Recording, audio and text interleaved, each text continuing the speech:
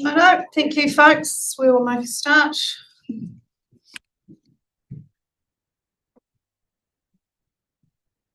Welcome back again to the resumption of the Litigation Safety Bylaw hearing, 4th of August. Just a reminder that my intention is to cover off the further consultation discussions first, and then go back through the draft bylaw in its entirety, just to check for accuracy and workability, and there might be some questions for staff at that point on some of those items. And just a reminder that we were not able to accept any further submissions or information outside of the scope of the further submissions, further consultation to that point. So I think what we will start with is right piece of paper. Let's pick the paper.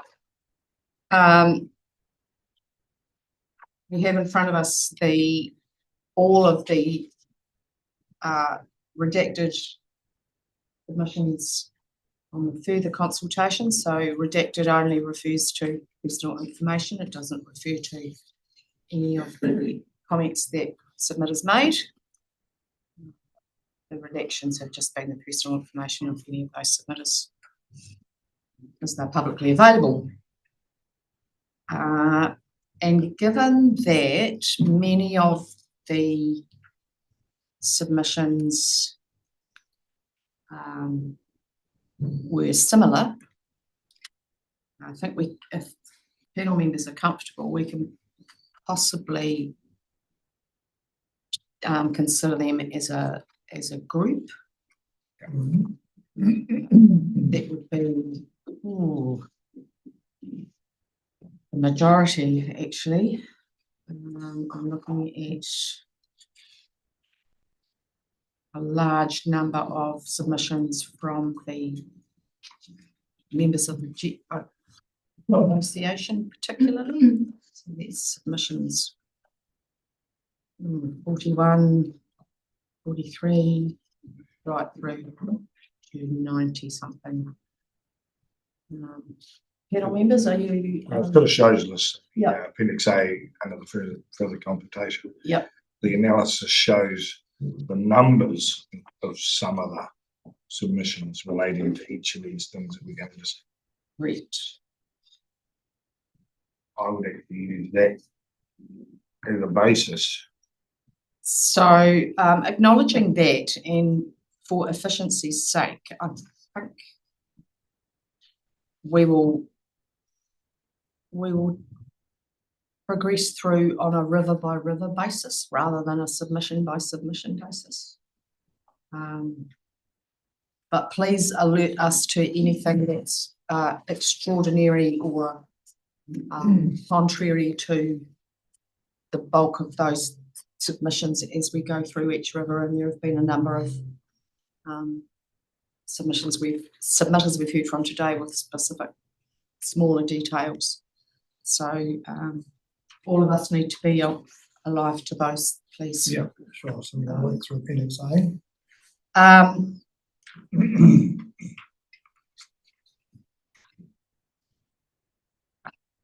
If you think that's the most efficient, I'm open to either taking river by river, which would be Schedule 2.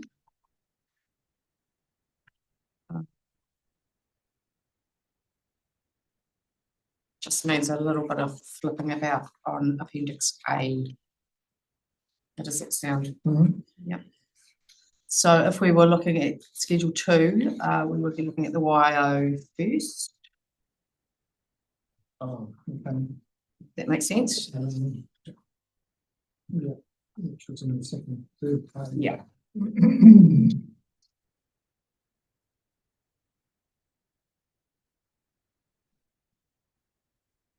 page of appendix A. Yep. At the bottom of page 133. Yes.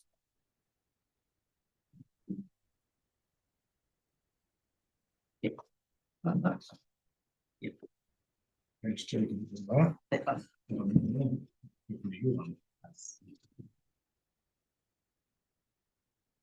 Okay. Is that the question? The wire rule from home to Mara, where? Yes. Yep. Cool. Yep. Large number of submitters requesting permanent speed uplift on the YO from Home Creek to the Mararoa Weir, and its staff recommendation is to accept. Yep. Which means an amendment. Schedule 2.6 and draft bylaw would mean that, excuse me, my page, it's simplified considerably pursuant to clause 20. Speed restrictions set out in clause 9.1a and b do not apply to the designated speed uplifted area of the YL River from Home Creek to Mararoa Weir, as it says on the screen. Yeah. And there's a further bit as well. C for the conditions of use would be pursuant to clause 20, speed restrictions set out in clause 9.1a and b do not apply to the designated speed uplifted area of the YO from the Mararoa Weir to the sea is the change. Yeah. Panel, any thing you picked up from submissions this morning that we should consider different to that? So are we at a later stage to go through the staff recommendations, or are we just dealing with what people said this morning? Submissions. You can cover off the submissions now. Okay, well, So the staff recommendation is on the board. yeah. Yep. So any, Right, so yep. So I think yes, people are generally supportive of this. I have a couple of questions. I talk about the Mararoa Weir. Actually, the correct name for that is the Mandatory Lake Control Structure. Yeah. Which you might want to consider. And that having it to the weir is a bit risky, I think, because the water is going through the control gates there.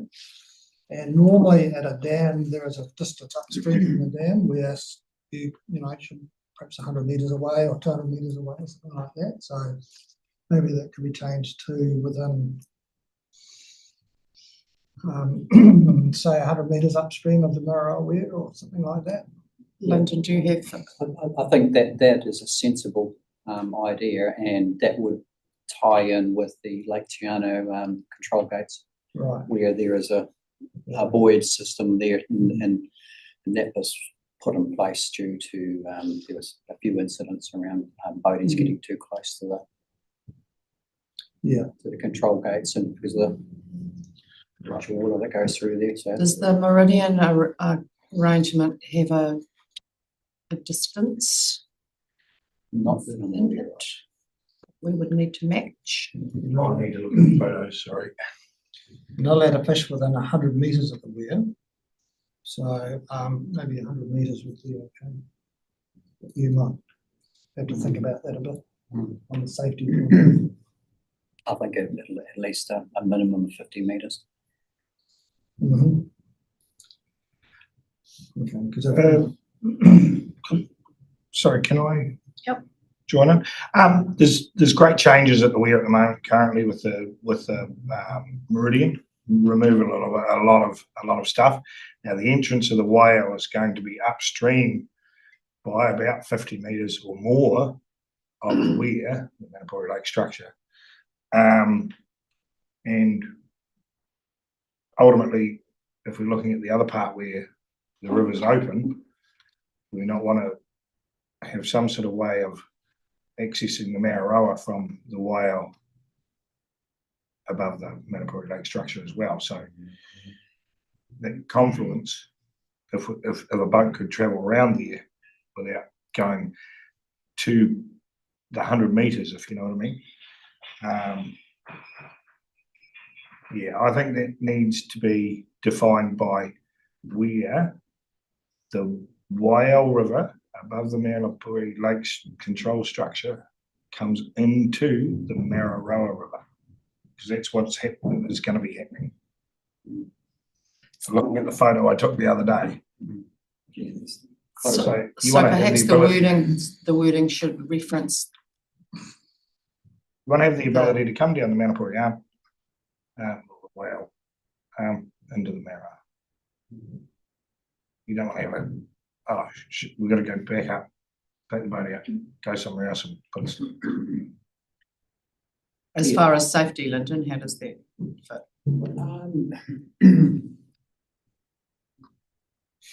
Something that we certainly have to think about, how we can manage that safely enough to be able to transition that into the bylaws.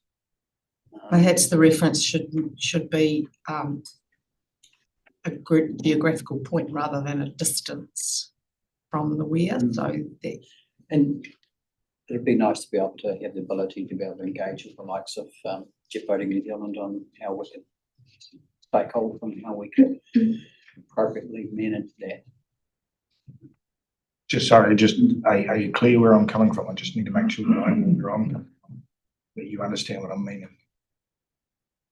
yeah, I think I do, because I was, The boat, yeah, you know, the whole mountain, that whole area has changed.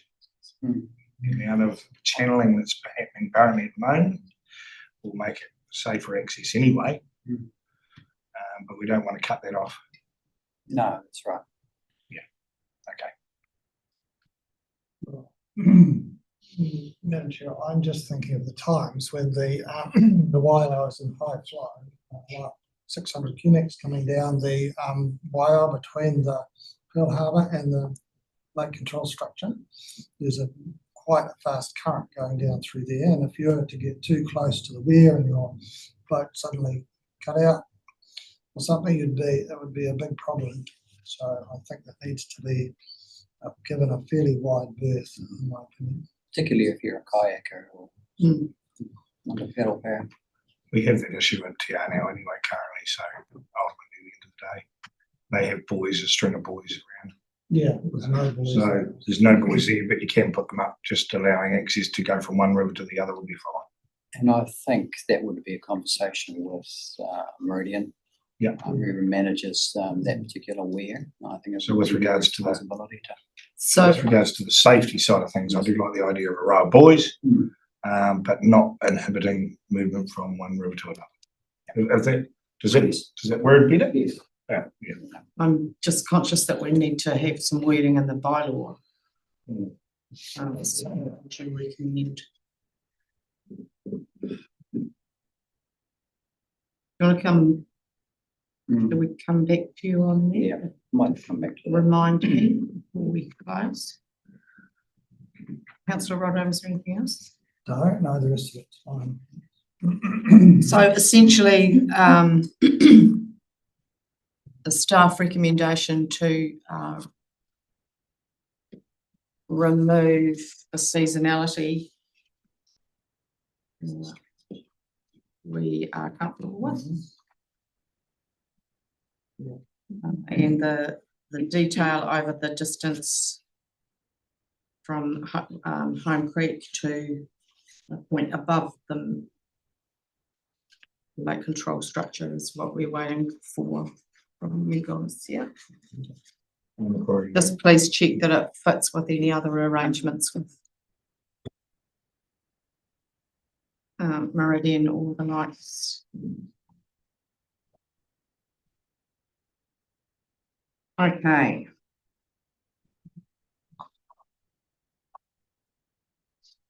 Note that down so I don't forget. I've just noted row of buoys without affecting passage between Whale River above Manapuri Lake control structure and Narrow River. Yeah, but we just need to get that wording in the before we close file.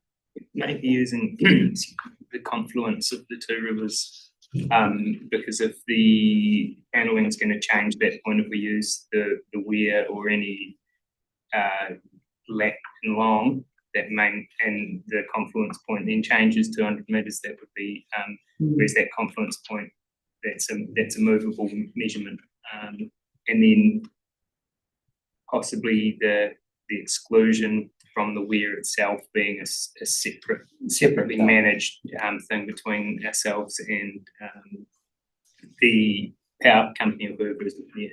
I think that might be the go. Great. So the confluence of, please name the rivers. Waia and the Manaroa River. Narrow. Jess, are you comfortable with that? Yes, yep, You?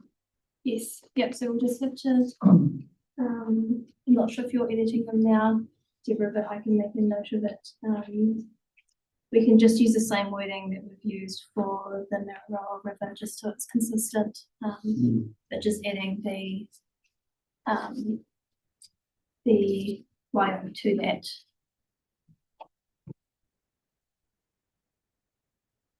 Well, I've got a note of it anyway.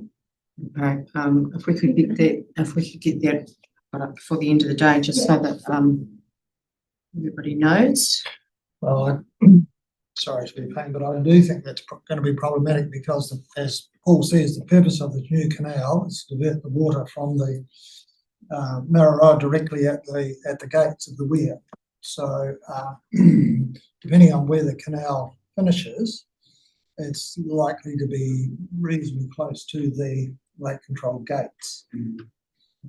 But secondly, I still have some questions about allowing people to use the lower part of the Mararoa River for jet boating or boating at speeds greater than 5 knots, because I don't believe it's very safe for people who are not that experienced.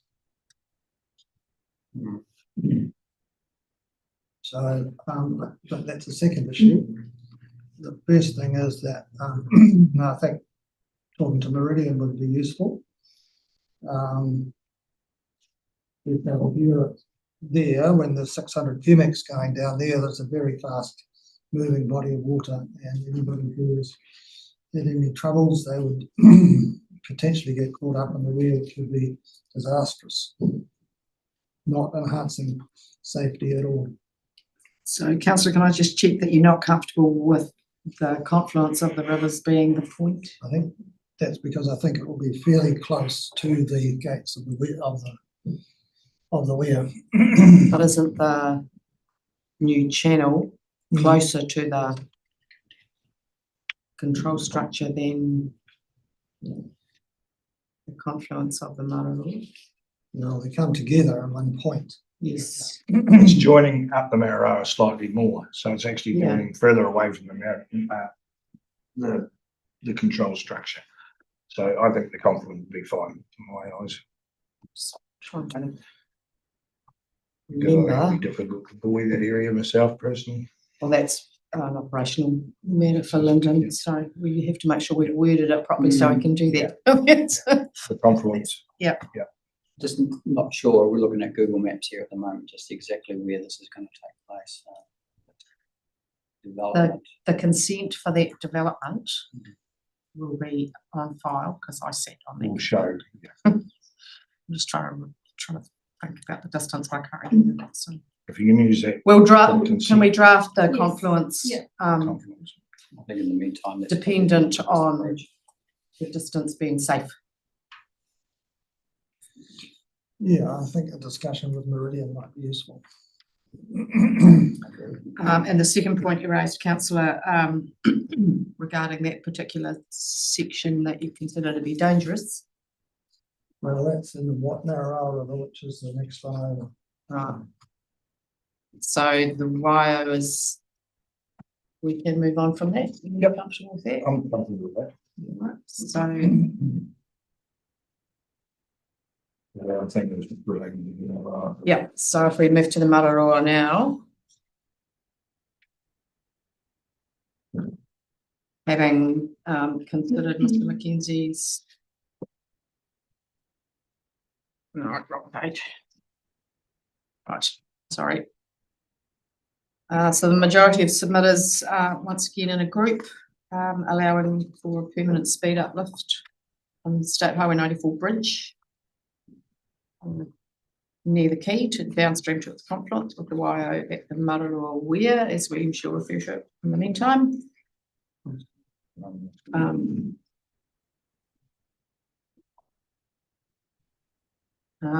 Staff are suggesting we reject that. 2 points, you know. Yeah. It's just and staff reasons for rejecting that refer to the Maritime Transport Act. Not meeting the statutory test. Mr. Mackenzie's submission amending the proposed boundary to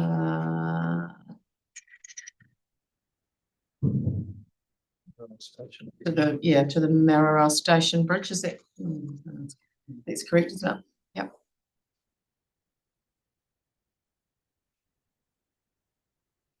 Thoughts on that, councillors? The staff recommendation is to reject that. Your thoughts? Well, I support Mr. Mackenzie's submission that could safely go to the Mararoa Station Bridge, which is a little bit upstream from the Key Bridge on State Highway 94, not more than about 5 or 6 kilometres, but it would allow a bit more use of the river, which is wide and open and semi-braided, as opposed to the bottom bit below the Whitestone confluence, which is not.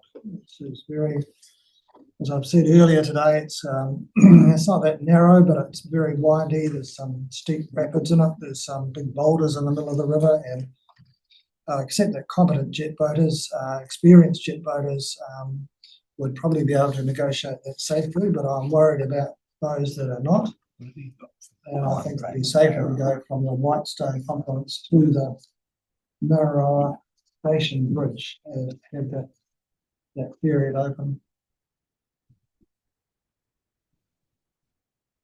How do you feel about the Well, station bridge rather than the? perfectly fine. Station Bridge, perfectly fine. It's just rejecting the permanent uplift. It's to remain with the seasonal uplift. Seasonal uplift is 1 June, 30 September, June 30th of September. which is a 2 months longer than previously. One on each side. Lyndon, just to check with you that there are no safety concerns regarding the station bridge rather than the. No, I think for us that's more about identifying an appropriate landmark, and I think we've done that. And but there's no safety concerns there. There's been certainly nothing on record that has been reported through. So I'll be happy to go with that. So the rewording would be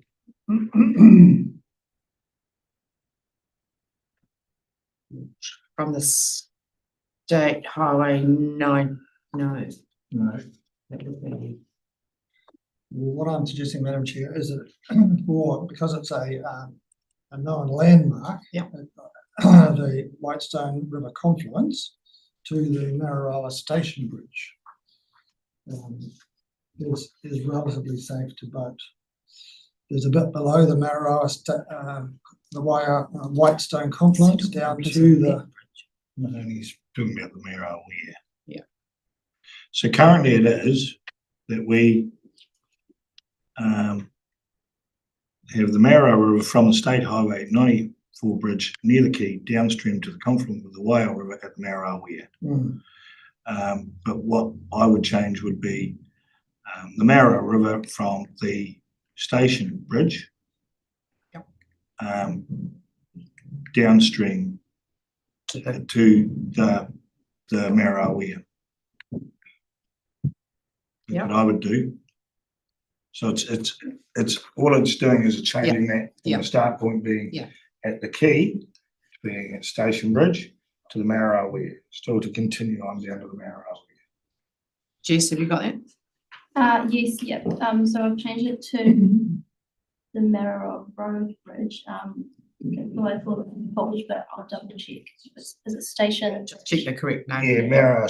I think it's colloquially referred to as the Station Bridge. But Yeah, I've called it the school bridge. I've called it Yeah. all sorts of things. I'll just make sure I've got it right. Yeah. We'll check later. down to the confluence. Of the Mara. Of the weir. Would you want that wording amended as well to remove the reference to the weir? Yes, Like yeah, that one? yeah, So you have to go through all of them, please. Thank you. No, I don't agree with it. You don't agree with that? The problem is, that I don't know whether staff are very familiar with that bit at the bottom end of the Marrow, whether you've actually been there or not. But I've been through there, walked through there, obviously fishing. I'm not worried about it from a fishing point of view because it's in the winter time. But it is, as I've said several times today, it's very winding and narrow. There's some steep rapids in there. There's some large boulders in the river. From a safety point of view, a competent jet boater, experienced competent jet boater probably wouldn't be unsafe, but we are opening it up to anybody. And we are opening it up to people that could be travelling upstream and downstream at the same time in the same place. And thinking about what the words say about the safety, we have to ensure that safety is not compromised. And my view is that that particular part of the river is not safe for people who don't have a lot of experience driving their boats. And it's also very remote from a roading point of view. So if somebody was to get into trouble, their boat might break down, they might hit a rock and end up on the bank, then getting help is going to be relatively difficult there, especially if you, I suppose if you have a satellite phone or a phone that can get reception in there, that would be all right. It is quite remote. So that's my view, and the only landmark in that area is the Whitestone River confluence, and I accept that is about 7 kilometres upstream of that gorge, and the river between the Whitestone confluence and that gorge is a safe place to jet boat because it's just the same as the above the confluence up to the quay bridge, but that particular bottom 4 or 5 kilometres is more tricky, and I think that some of the answers to questions that I posed today indicated that it is a little bit more tricky than other places. Oh, sorry. So what I'm suggesting, rather than to the weir, I'm suggesting that you can go to the Whitestone River confluence because that is a landmark, and in compensation for losing that bit below the Whitestone, people can go upstream to the Mararoa Station Bridge, which is open and a relatively safe place to go. And from a safety point of view, that's a safer option than using the lower reaches. Thank you, Councillor. I would have to rely on maritime safety people's advice on this one. I think no matter where you boat, whether it's on a river or in a harbour or on the sea, there's always going to be risks, particularly for first-time boaties. This is all about our education program. It's getting education out there to boaties, in particular first-time boaties. Jet Boating New Zealand do an extremely good job in that respect of educating their members. Those ones that are not members of JBNZ are a little bit more difficult. However, the risks are there for any boatie. It's just a matter of common sense, but unfortunately boaties don't not issued with that, particularly if they're a first-time boatie, how they manage that. Do you have any numbers of usage of that You know, is it going to be, No, is it going to be jam packed? no, that's, we don't, certainly, haven't got the capacity to be able to record numbers of boat users on those stretches of the river, so it's quite difficult. So in my thoughts, I understand Councillor Rollins' concerns regarding that part of the river. With regards to boating that part of the river, there are obstacles. There are no what I would call lifts or severe drops. It's all constant flow. There are obstacles to go around, which is absolutely fine. No difference to anywhere in part of the lower Waio around Blackmount up to Monowai. I would consider it probably easier boating than that. In some respects, because you get quite confined in a big flow river, you actually get quite confined. So I would suggest that having it you're better to always go up that river.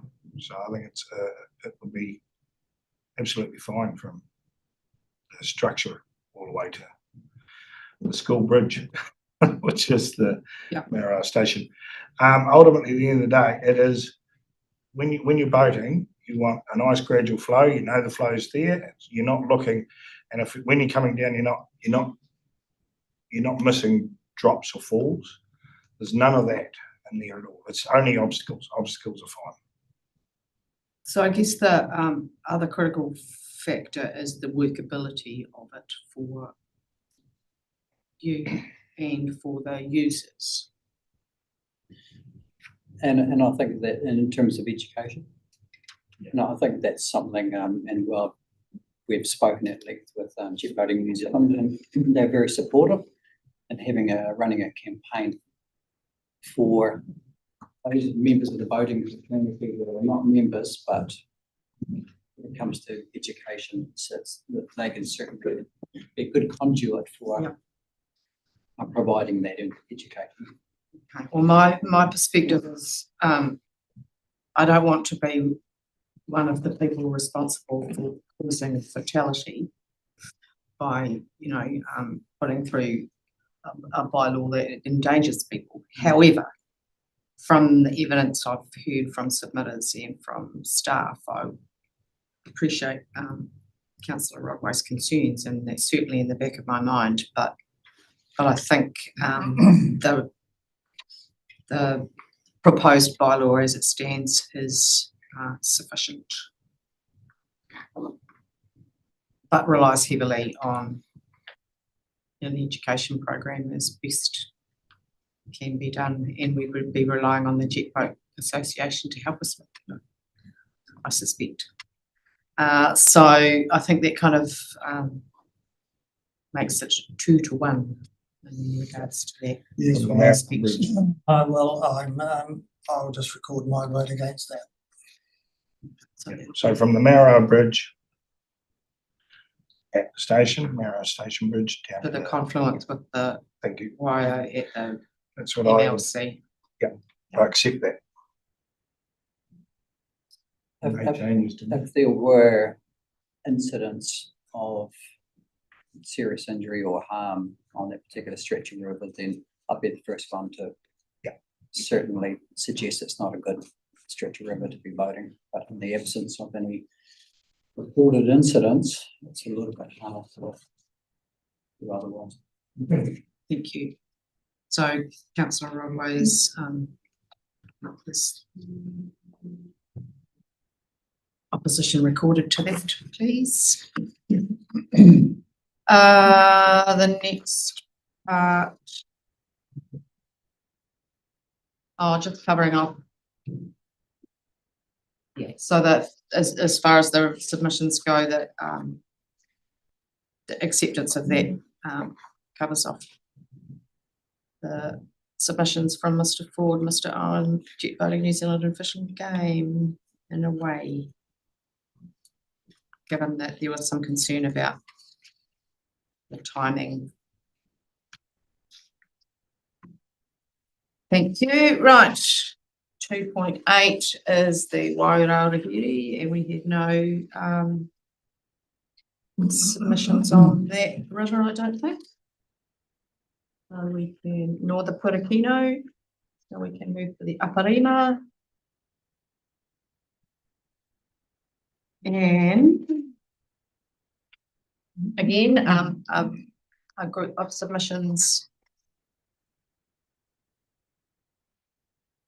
and recommendations. There wasn't enough detail in our submissions for us to consider anything else, really, apart from acknowledging the interest. And the staff recommendation related to Mr.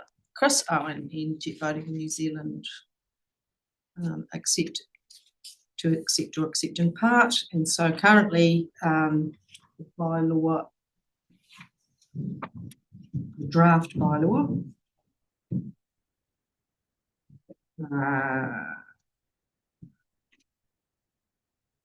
speaks of 1 June to 30 September, inclusive of each year, and from the Aparima huts downstream to the Jacobs River estuary. Panel, do we have any comment from the submissions this morning or submissions written? Oh, I think it was quite well supported by the submitters. Councillor Rodway? Yes, most submitters did support this, but on questioning, 1 or 2 submitters admitted that the upper parts of this river are quite small. And I note that it's a bit like the lower Mararoa, where we've just had a discussion, apart from the huts and down to the Dunrobin River Bridge, which is about 9 kilometres on the Duncragan Bridge to the huts. The Duncragan Bridge is near the Duncragan State, not Duncragan, Dunrobin, sorry. Dunrobin Bridge is upstream of there to the huts. The river is very small and at low flows. There's a lot of exposed bedrock and large boulders. And so my argument is the same, that we are not enhancing safety by allowing everybody to go there. I think a more sensible and a safer place would be from the Duncragan Bridge rather than the Aparima huts. The Duncragan Bridge downstream to the Jacobs Bridge is a distance of 8 kilometres. And so therefore this change would take out about 9 kilometres of the river, which is, as I say, narrow when at low flows, which can occur in the winter time. It is narrow with large boulders and rocks in the river. So from the Duncragan Bridge down, it is a bit more open to the Jacobs Bridge, which is on the highway between the Tautau and Mossburn. From there down to the Thornbury Bridge is certainly quite a safe place to be boating on. So my request is that this be changed to, rather than the Aparima huts, changed to the Duncragan Bridge. Dunrobin Bridge. Dunrobin Bridge. I've written Duncragan here, but it's Dunrobin, which I think everybody knows where that is because it's Big bridge. You might not, but it is a well-recognised bridge over the river, like the Mararoa Station Bridge. That's my view, Madam Chair. I'm just wondering, given that none of the submitters mentioned that. Yes, it might be a little bit out of scope, I suppose, but what I'm saying is that if you allow to go up to the huts, that is not enhancing safety. Is it, in your view, endangering safety? Yes.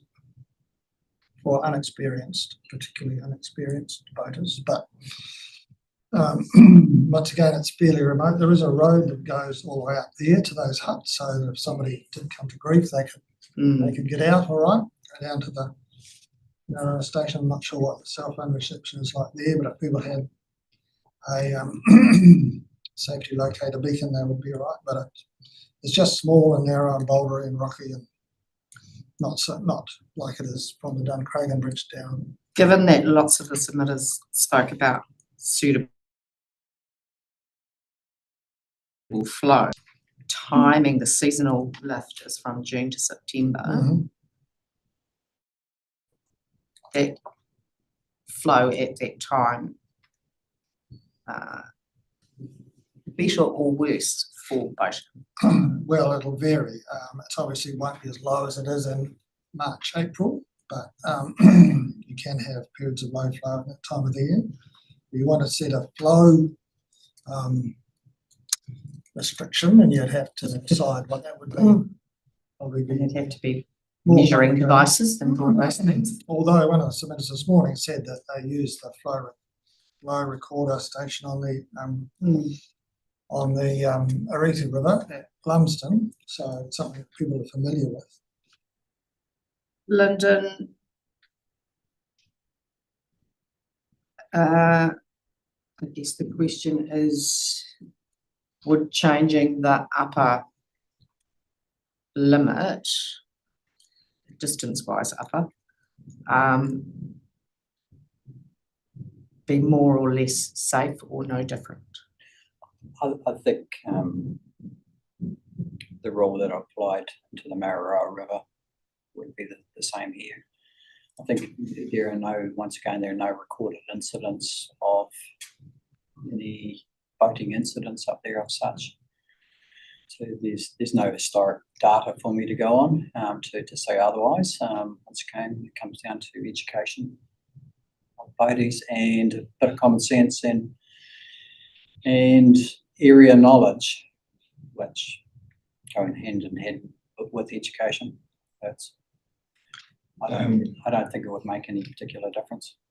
Okay, so we're not endangering safety by allowing it from the huts, because that's ultimately the question, I suppose, isn't it? Up to the huts. Yeah.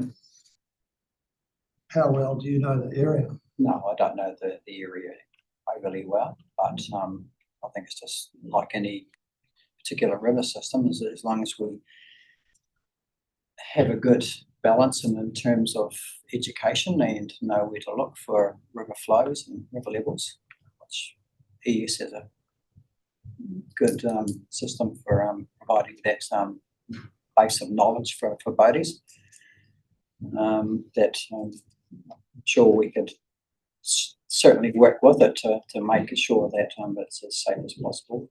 As far as the people who might be using that particular part of the river, is the huts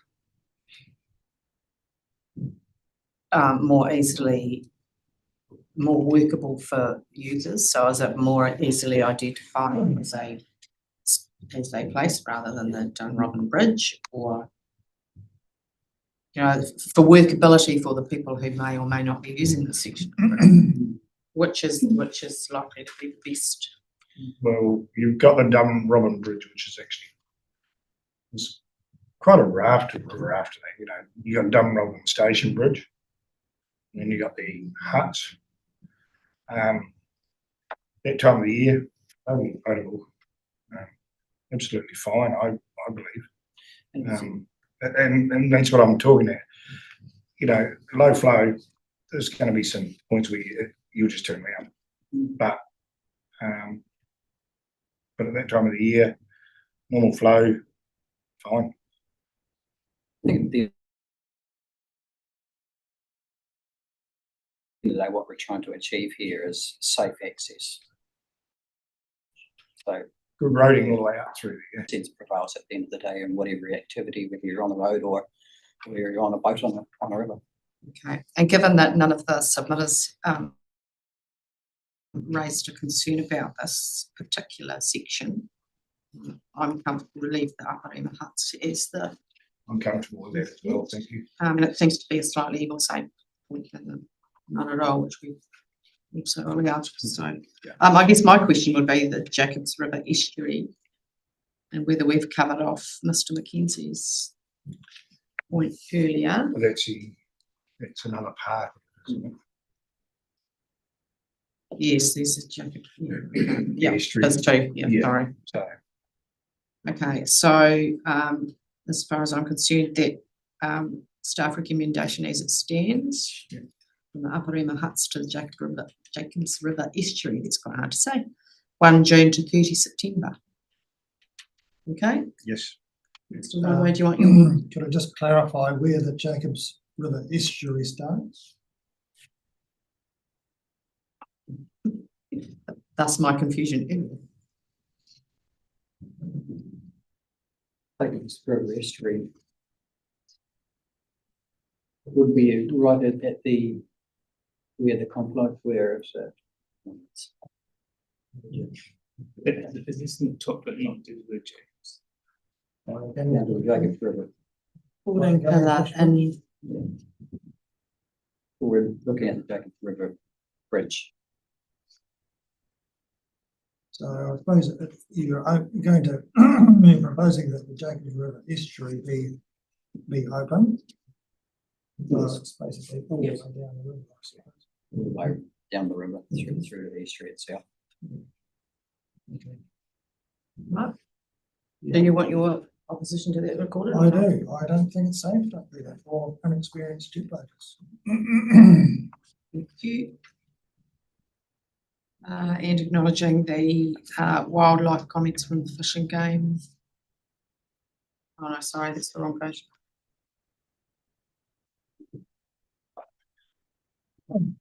Okay.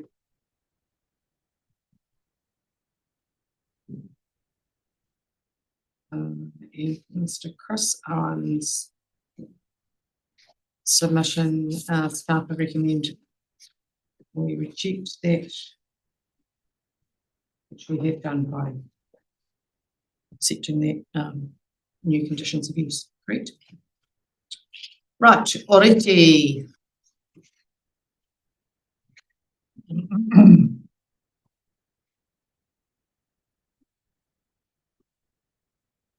Again, the group of submissions, thank you for those.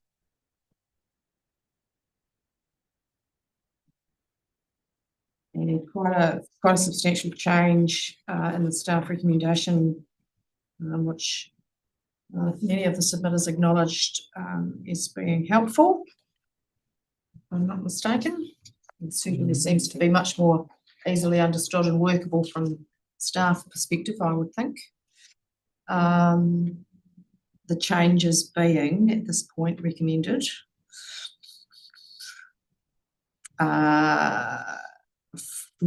from the Mount Nicholas Road Bridge downstream to the State Highway 47. I've got my numbers confused. Or should it be 94 or should it be 947? Or 97. Or 97? Which one is it? Because I've got 94 and 97 on different bits of paper. 97? Yeah. So State Highway 94 Bridge near Mossburn. No, it's 97. God. Near Mossburn, between 1 June 30 September. And then just that same change to 97 Bridge downstream to 50 metres from the Duns Road Bridge. If I'm not mistaken, we might need to discuss that, do we? the season being full or 1st of June, 30th. Yeah. Yeah. So They're all, well, we need to make sure, but they generally are 1 June, 30 September. the permanent's fine. Seasonality. So my question is, clause B, which is the State Highway 97 bridge near Mossburn downstream to 50 metres above the Duns Road Bridge. Is the 50 metres sufficient? Well, that's where the other rules come into play then, really, the lower, if you That's where the lower part comes. Yeah. Yeah. So, Lyndon, it works. Absolutely, and I understand the concerns of one of the submitters. The intent of the 50-metre 5-knot rule is to have actually people slow down to transit underneath the bridge. If they need to maintain propulsion in terms of maintain steerage through the water, then that's totally acceptable to be able to do that. That was the intent, is to get through there safely. If you have to increase your speed to maintain steerage, then by all means. Right. So, should we put an No, explanatory that's- note in, or no. is that asking for trouble? That would be asking. Okay. Okay. And as a good example, Milford Sound commercial operators there operate through to Samfly Point. That's a bit of a river system there at times where they have to go quicker than 5 knots because it's within 200 metres of shore. So same rule for us. You do it to maintain safe steerage, even if it means just going above the 5 knot. At the end of the day, Right. that's to keep people safe. We're a bit uncomfortable with a rule that's kind of not a rule. So, The intent is, once again, is to have people slow down to transit under that bridge, and we're looking at first-time boaties, people that are not that competent behind the wheel, be able to slow down and navigate through there safely. Unfortunately, the 5-knot rule doesn't marry up with the real life situation of flow. Yes. So simply that's the issue. You're measuring 5 knots on stationary land mass, but we're not stationary land mass. When in a boat, you're on a fluid moving mass that can alter quite a bit depending on flow. So if all endeavours are and under your watch, the way you're explaining it, if everyone shows intent to slow down to a safe, manageable speed, then that's okay. Yes. We could sit here and nut this over and go 10, 15 knots, but there's always going to be real life issues that'll batter you around a bit. And I think you can allow for a bit of discretion if you're doing 8 knots, 9 knots, Yeah. or whatever, as long as you're getting through there safely. Yeah. But the actual act of slowing down to go between those parts of the bridge. just wondering about enforcement in that case, and whether It's not our, You know, is that part of this, though? It's like any of our enforcements where we can't be everywhere at once. And that's, somebody reported an above 5 knot yeah. trailer, and the rule says one thing. I think there's a bit of a difference between doing 5 to 10 knots underneath the bridge and doing 15, 20 knots. Yeah. I think that would be quite obvious. Okay, well, if you're comfortable with the workability of it the way it is, I'll have to accept that.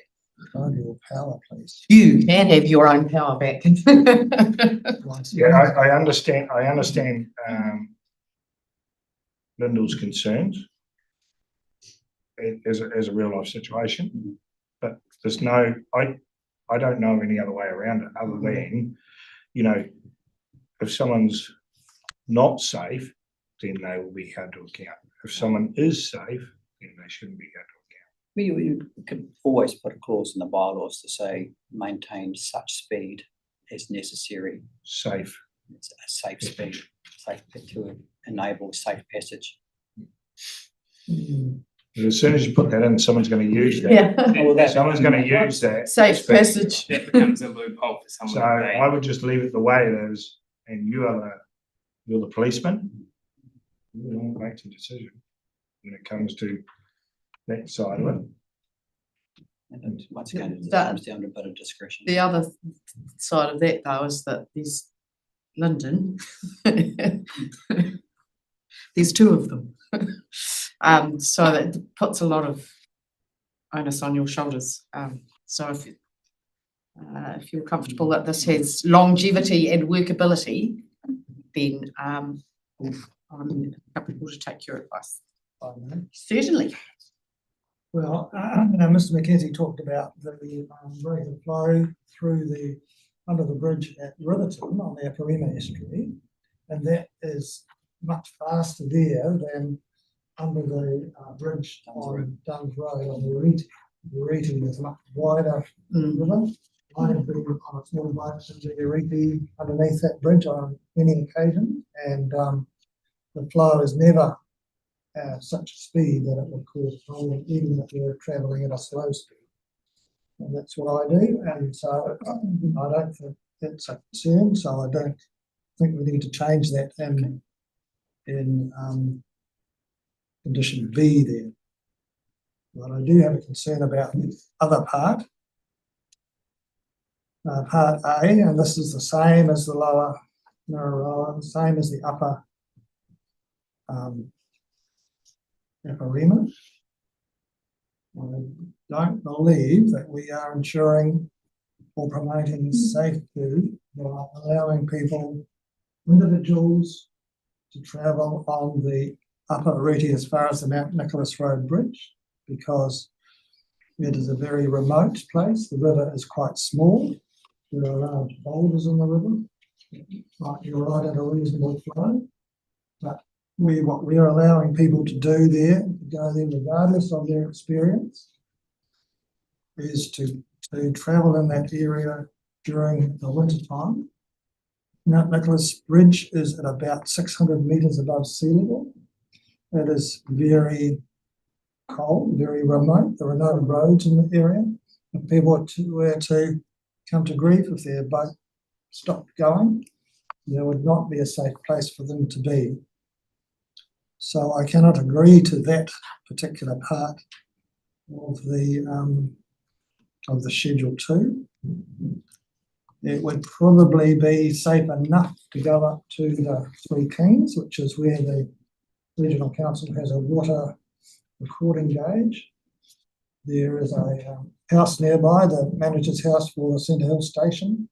So if people go into trouble, they can seek help that way. It's not too far from farm tracks, so you could get access to a boat that was in trouble. But right up above there, up towards the Mount Nicholas Road Bridge, there are no roads. There is nobody living there. There's nobody else much there. If you were to go there in a group of people, it would probably be fine, because if somebody had problems, they could help one another. I'm thinking about the individuals who may not be that experienced, might be there by themselves, or just two people in a boat. There have been accidents there in the past. It's not a safe place for people to be going by themselves in the middle of the winter if they're not particularly experienced. So I cannot agree to clause A unless it's modified slightly to go to the Three Kings. Nobody has asked for that specifically, but I'm just using my knowledge of the area and the purpose of this bylaw to promote safety or to enable safety. Any comment, Linda? Same as previous. So same as the previous two sites. Yeah, and my comments are the same also. So what I might do is take those two changes separately. So for conditions of use A, Councillor Evans and I agree with that. Yep. Correct. And then for yes, and Councillor Rodway's recording his opposition to that. But for condition B, I think we could all agree, can we? That's all right. You're okay with B? As it stands, State Highway 97 Bridge to 50 metres above the Duns Road Bridge. Or, well, that means it's open all year. I do have problems with that, actually. I know that submitters have said that there's been no safety issues in the stretch which is open all year, which is from Winton to Dipton in the past, but this opens up a much bigger area of the river.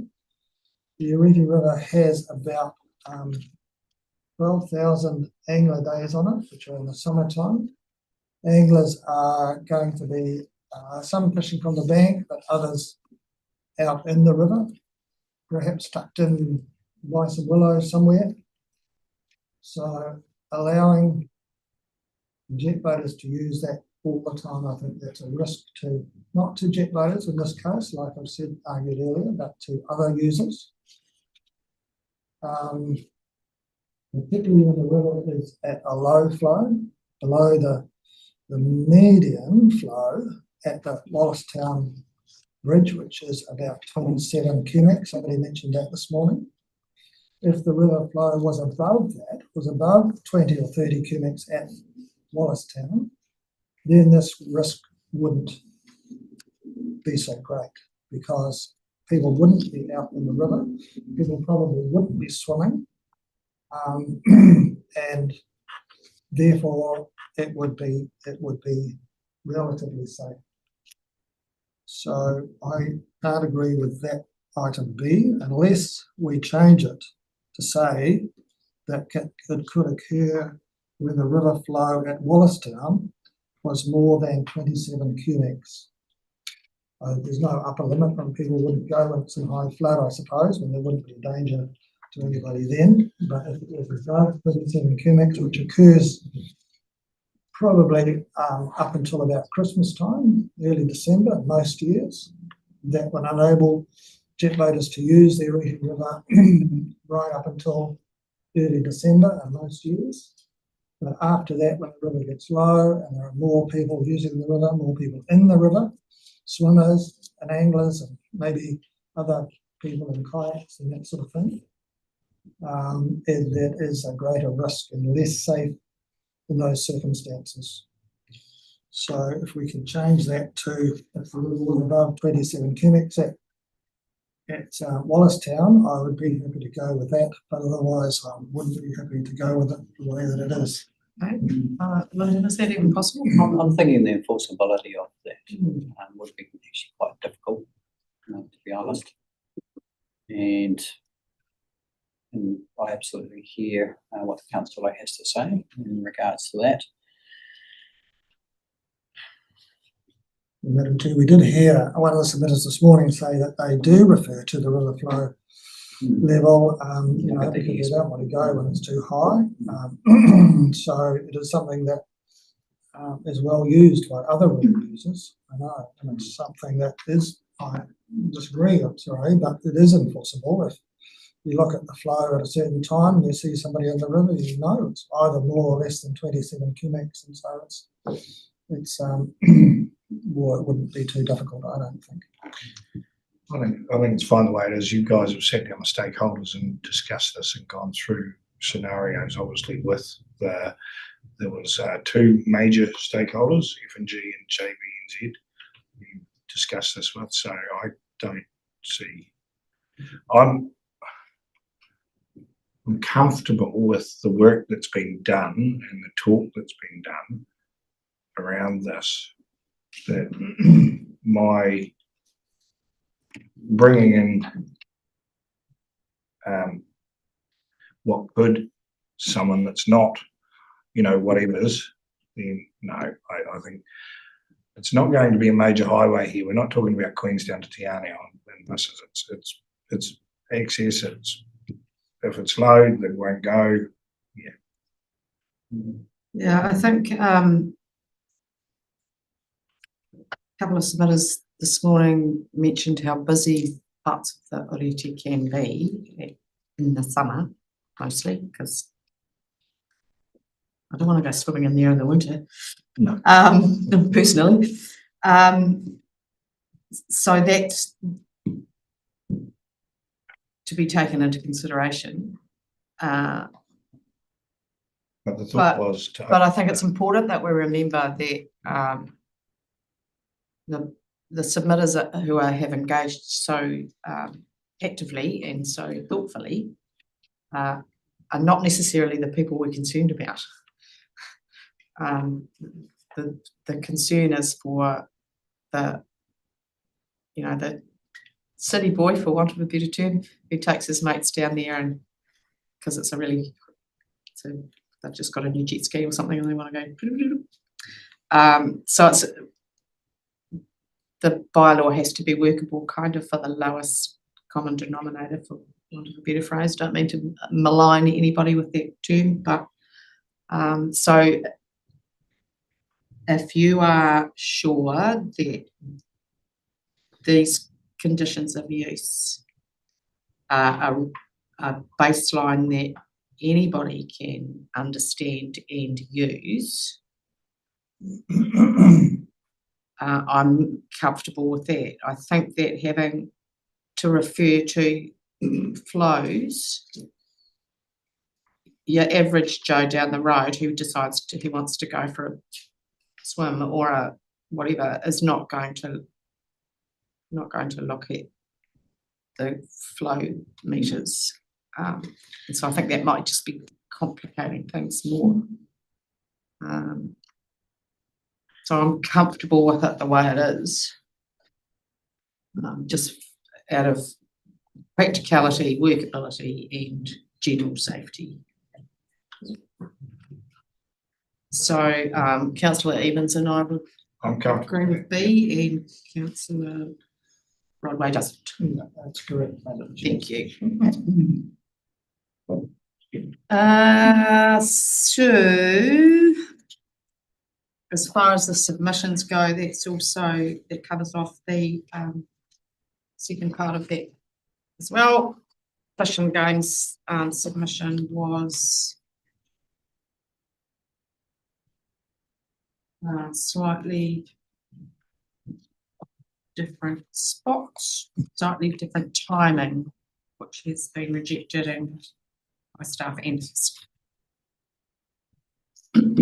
right, the Matoda.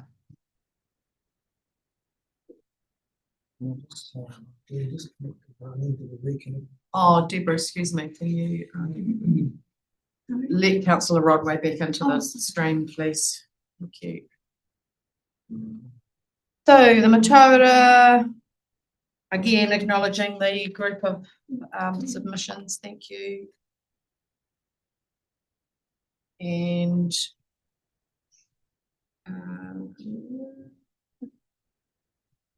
as it stands, again, the Matoda has been simplified in the draft bylaw. The significant changes are from the, removing the Ardluther Bridge and referencing the Seaward Downs Bridge. And the timing again is 1 June, 30 September. I'm liking the consistency for your sake, staff, and users, because it won't matter what river they're on, the time is pretty much the same, mostly. Was So that that's plan? Was that a plan? some kind of Not good. some kind of cunning plan. That's great. And so there's a removal of a whole lot of kind of bits of river that were confusing, and then the insertion of condition E, pursuant to clause 20, speed restrictions. From Seaward Downs Bridge downstream to State Highway 92 Road Bridge. And this one's got 30 of August. I just want to check that that's intentional, because all the others are 30 September. So conditions of use E for the Matoda. And the changes version, the timing is the 1st of June to the 31st of August. Is that intentional, or is that supposed to be 30 September? That one I believe was intentional, because and I think Lyndon and Corey can talk on it more, but the white baiting in that section, I believe they have quite long nets that go. Yes, but, correct. I might look right in Lyndon take. So that's, Mhm. that's to accommodate the, Yeah, so there's a lot of screens that extend quite a distance out from the bank, which can create a hazard. okay, That so was the yeah, intention okay, around that's fine, just as long as it wasn't a typo. There was an intent to that. Although submissions were seeking to September.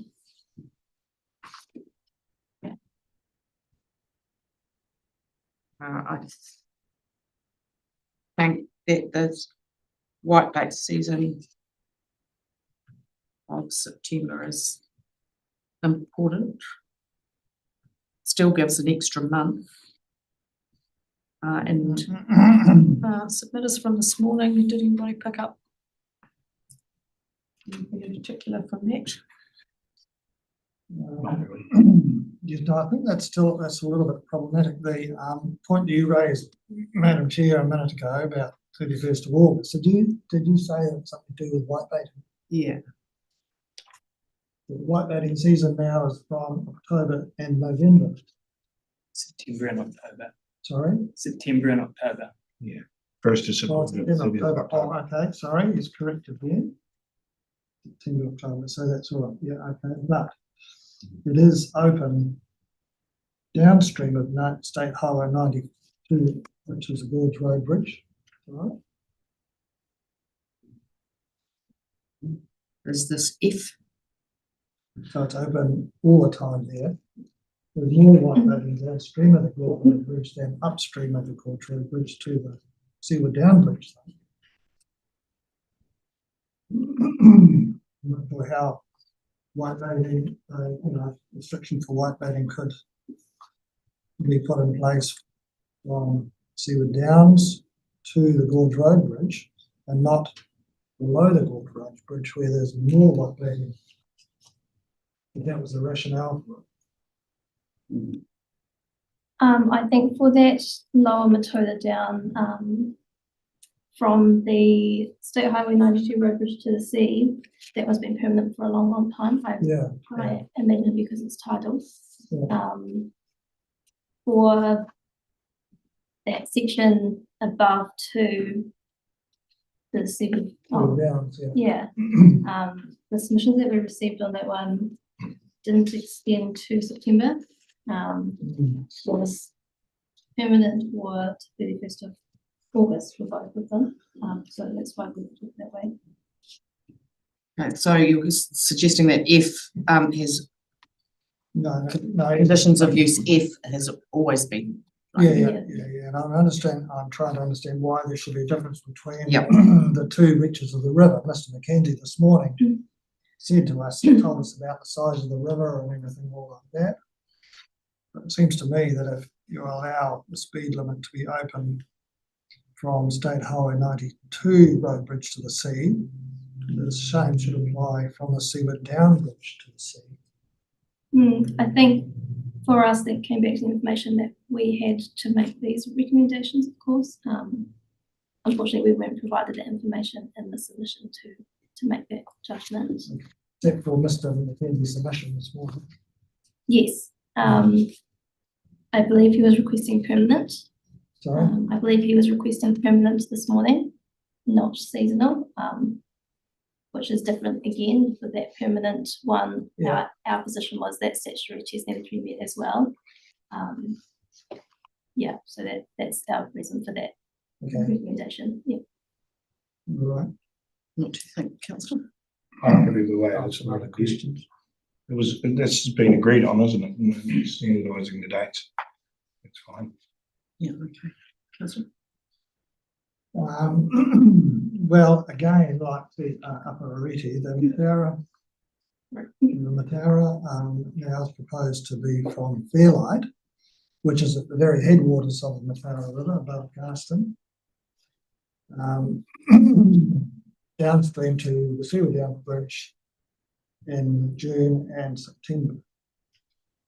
My argument is that reach from Fairlight down to where we used to have it in Adlassa is not always, not in all places, but in many places, it's a bit like the Waikaia, it's a bit like the Upper Reti, it's a bit like the bottoming of the middle. It's actually quite narrow. There's lots of willows overhanging the river. And I don't think that we are promoting safety to allow people to go there at any time, any person, in any kind of craft, under any conditions.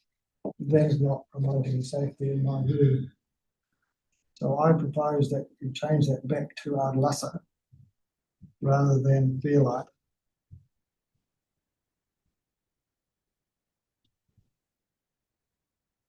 From Fairlight, fine. Fairlight Station Bridge, no. But Fairlight, yeah, fine. The further up the cut, up the gully to Fairlight Station Bridge Road, no, Fairlight Station Bridge, no, but Fairlight, that's at Fairlight. So that's just at the back of, that'll be just at the back of the Fairlight train station, which is perfectly fine. But seasonally, it's perfectly fine by the river. But up from there up to the station, you know, the farming station. So where it is about as far as it should go. I think. So can we clarify that the reference to Fairlight is the train station? Is that your intention, the train station, or are you talking the headwaters? I believe it was the station when we originally. Train did it, station? Just didn't. There's a big beach just out the back of the train station. Yeah. Perfect for that. So yeah. So perhaps we could make that more Yep. clear. You like train station? That covers off a little bit of your concern. No, it shouldn't be up that far. It should be as far as Adlassa, that's all. In my opinion. Show me where Adlassa is on the map, please. Where would that be? On here? Oh, you can't see it on there. Oh. Like up there, down You there, know the down there. We have been on that river, just not that very bit. It's actually this one. Right. Because it's in very little writing.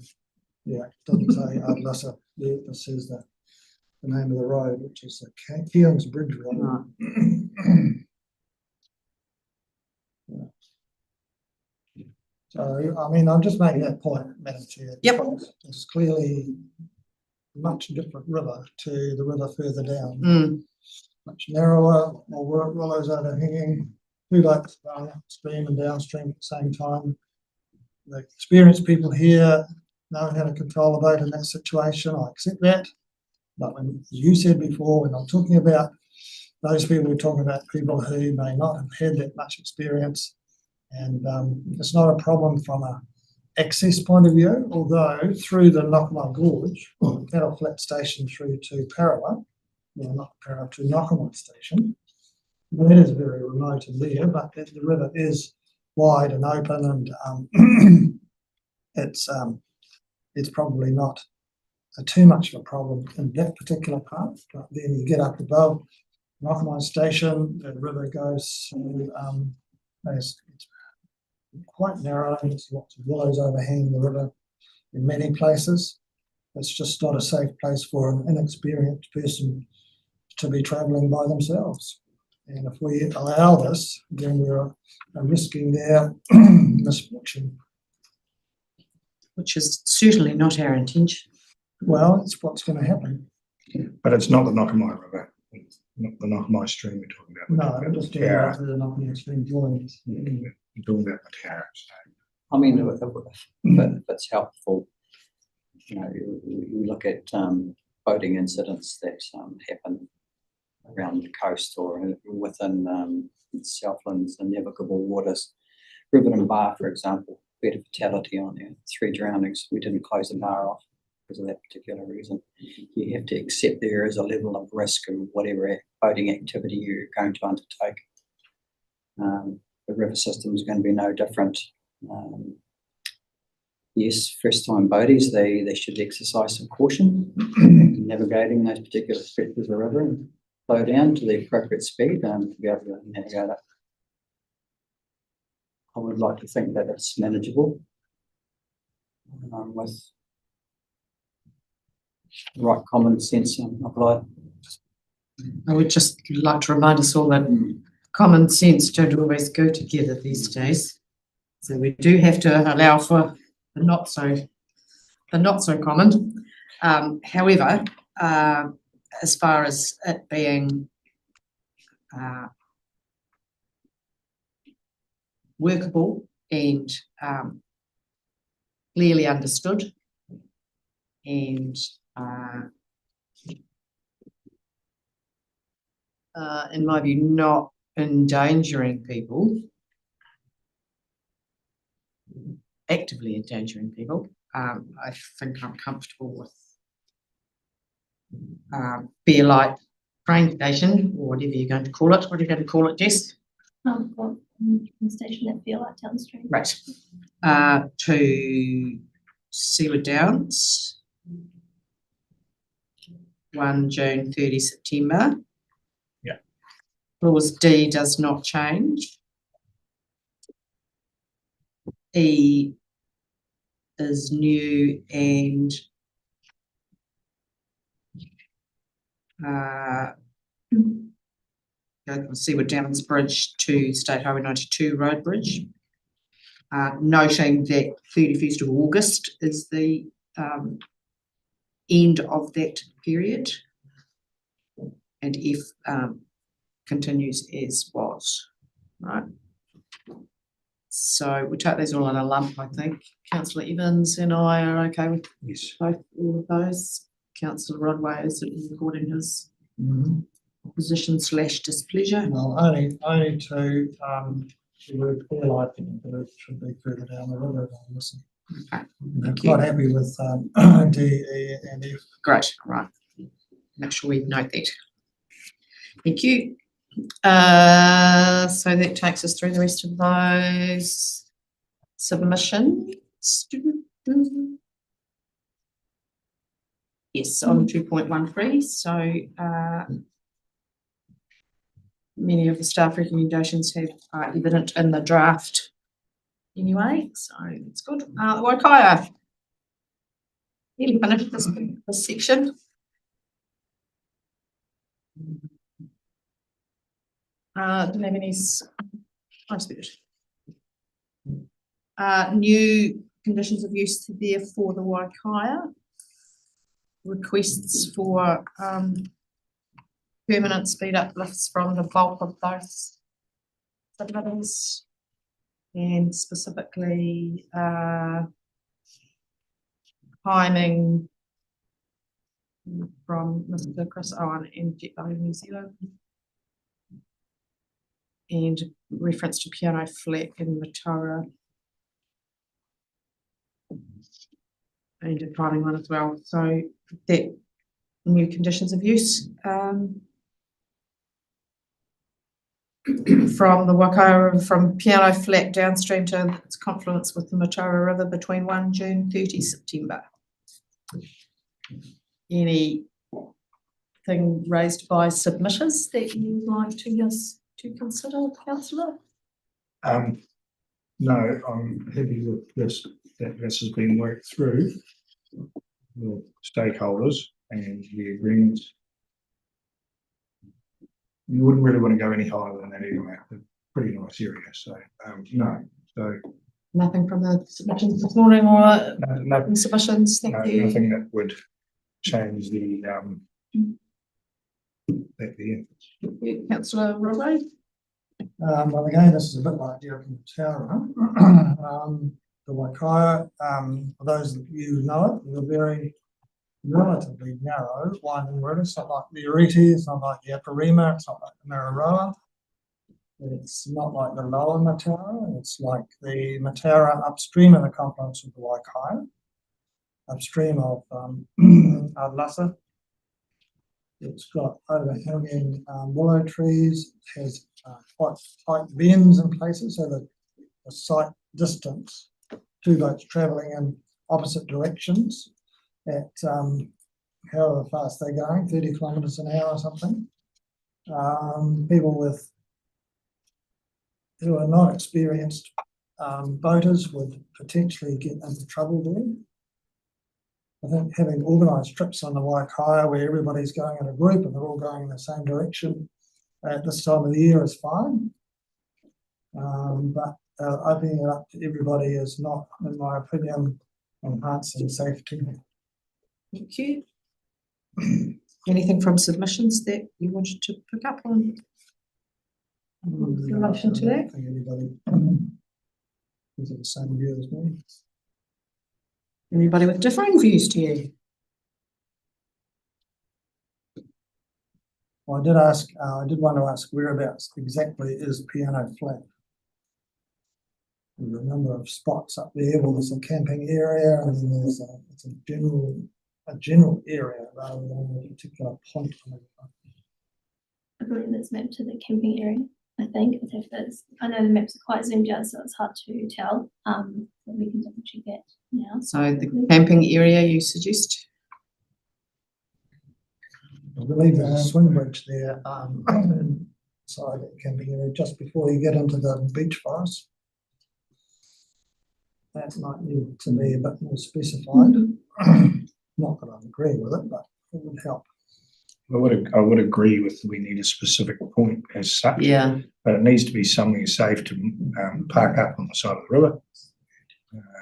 So you can't just say, "Oh, this point." I'm assuming the camping area is near the river. It's been, I was probably in single digits when I was there last, which was just recently. At the camping area, there is nice beaches for parking. I'm assuming that's why you chose it. Yeah, And no, then it's perfect. up after the camping area, to park up, it becomes a wee bit more of an issue. But So if we can include the camping area within the condition, that would be helpful. Timing is all good, everybody? yes. Right. And same again, 2/3. Thank you. That's why we have 3. And that means that freshwater river, Rakihuia, and also the lower Oriti map in particular, there were no submissions that raised issues on those, so no need to further consider. Just noting that the lower Oriti, there are quite a number of changes there, but we had no submissions on those points, so one would assume everybody is comfortable with those. Those other ones here, just to comment on this schedule 5. Schedule 5, is that part of this scope, Councillor? Well, that's page 81. It's not part of this further consultation though, is it? No, part of the No, so we'll come back to that then. part of the overall. Okay, what I would quite like to do is take 5-minute break before we go back through the bylaw in its entirety, just to refresh our minds about what we discussed last time, check that it's accurate and workable with staff, and then close the hearing, provided there's nothing else that needs to be consulted on. And of course, we absolutely can. If we find that that's the best course of action, then we can do that. If not, then we don't need to, right?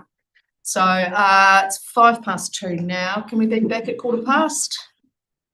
Take a break. reshuffle our papers.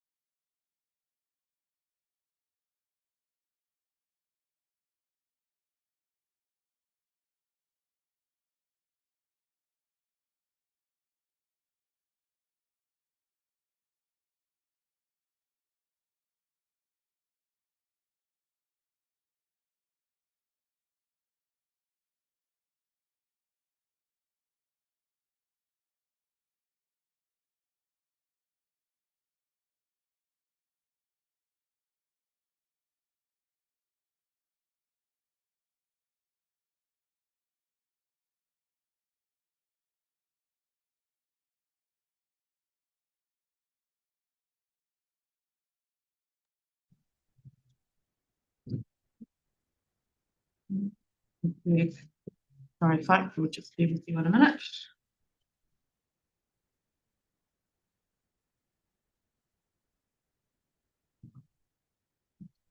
Right.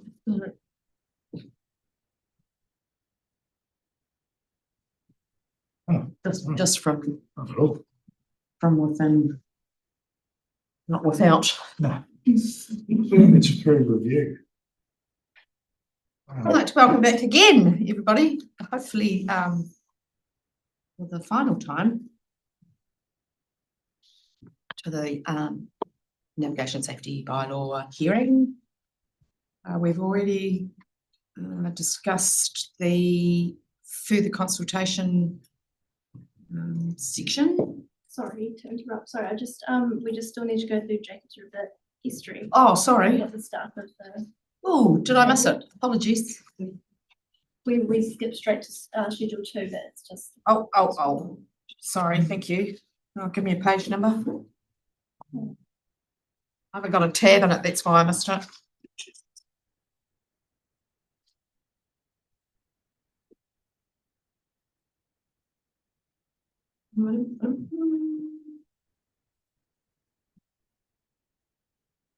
Oh, so you're referring to 2.12?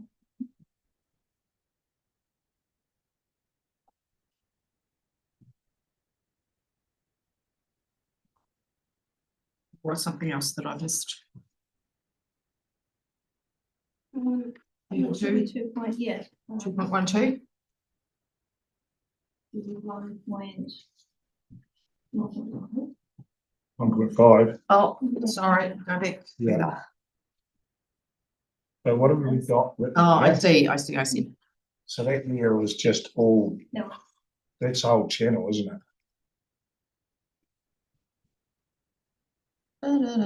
Still schedule 2. Even though on the map it's noted as Perekino River. Oh, on, When you go to maps, I think oh, right in the middle of that, it says Perekino River. So schedule 1.5. You look at them in This one, Jess. yes, that's right. Yeah. Yeah. Sorry, apologies for that. My I mistake. was- Yeah, I don't have a tab in it, so I lost it. So panel, thoughts, input from submitters. well, the estuary is really title, used for duck shooting. Yeah, so it's the 50 meters really, isn't it? It That is. dovetails with the previous conversation. Yeah, it's normal navigational rules. Stuff. Just the, yeah, both of those areas are tidal around those bridges. So this is 50 meters above and the other one is 50 meters above. We haven't done something odd. Okay. Councillor, you're right with that? Well, this was Mr. McKenzie's submission. Yeah. About not being under safe speed or something. and then, Yeah. How are we gonna deal with it? Just leave it as is? Yeah. Leave it, the wording is if we start tweaking with the wording to suggest that vessels can go quicker than 5 knots, then I think they'll play on that. Yeah. Leave the wording as is, and the expectation is that boaties will use the amount of speed necessary to be able to safely navigate. Yes. Either And- way under the. And the correct side of the, Yes. Right-hand side. yeah. So they, American. And there was one submission from a rowing person who was concerned about that. yes. That was regarding the speed, but then you stay how many meters away from vessels? Maritime rules, Maritime rules, so 50 meters. 50 meters is a lot. Yeah, so Just checking the submission actually. if there were incidences of skiffs getting or boats getting swamped, then I'm pretty sure it'll be closer than 50 meters. There's rules getting broken. Okay, so are you comfortable that we've considered the submitters Yes. discussion? Yep. All right, so yes to that, condition A. On schedule 1.5, net 1.5. Okay. Thanks, Jess, for that. Right, we'll go back to the start.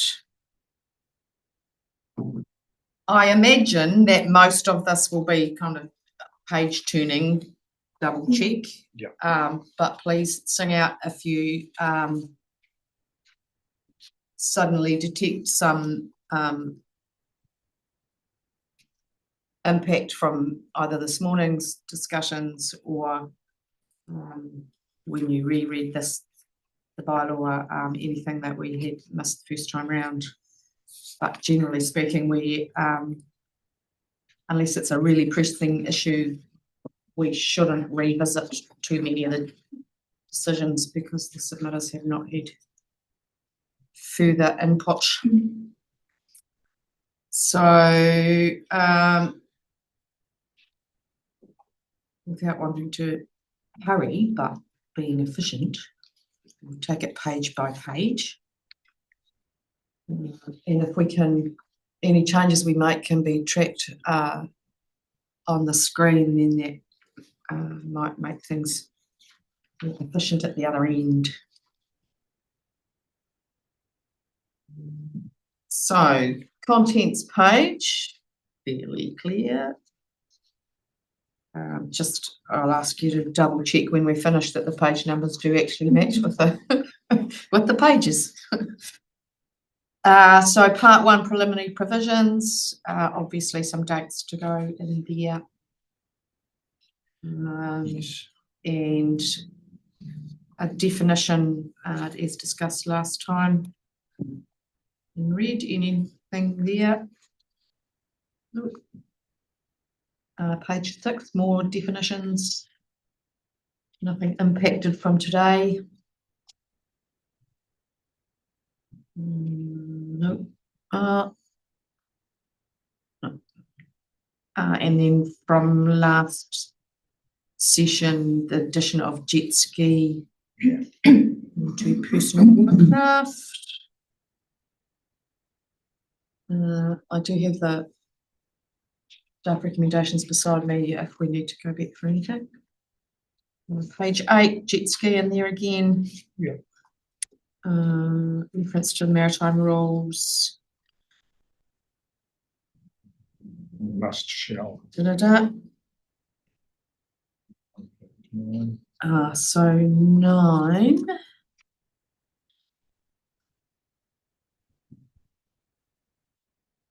At 7.2, there was a change from shall to must.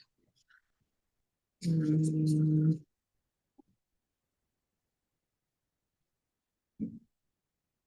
remember a conversation about the nets. Okay, keeping going. Page 10. Removal of which or may in that sentence. Does that make sense? Yeah. Leaves too much in me. Verse whether emergencies or other situations cause danger or a risk to the safety of persons on board. Situation is going to be properly secured. Person being tides or other situations cause danger. Okay, good. Thanks. Minimum age for operating powered vessels. Clause 8.3 has changed. 8.1 does not apply to any person who has a written exemption from the director under section 40AA of the Act. Double checking that that's correct. Yep. So we've had a couple of examples on the lower reading. So that's the Powerboat Club there can undertake some of the events and some of the That's right. younger Yes. agents have applied for that. Yes. Great. Speed of vessels.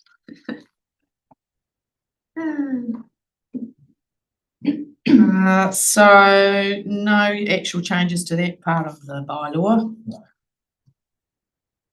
50 metres of any other vessel or person, 200 metres of shore or any structure, and 200 metres of any vessel or structure that is flying flag A of the International Code of Signals. Okay. Page 11. No changes from the previous bylaw there, nor recommendations from this. Page 12, collision prevention, notification of accidents, incidents or mishaps. Reinforcement of must rather than shall in 12.1, 12.2. Okay.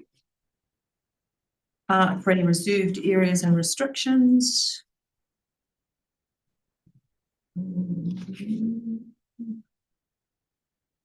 sure you've all checked that those are the correct clauses. I know I did one of them, but page 14, reserved areas for special events.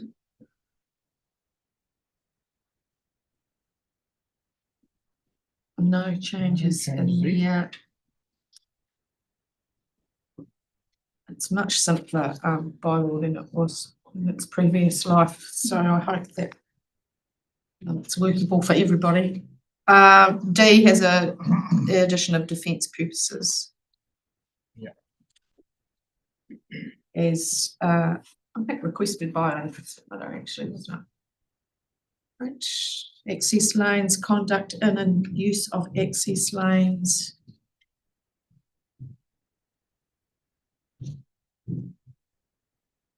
These are unchanged currently. Page 16, prohibited anchorages. Moving prohibited zones must, not shall.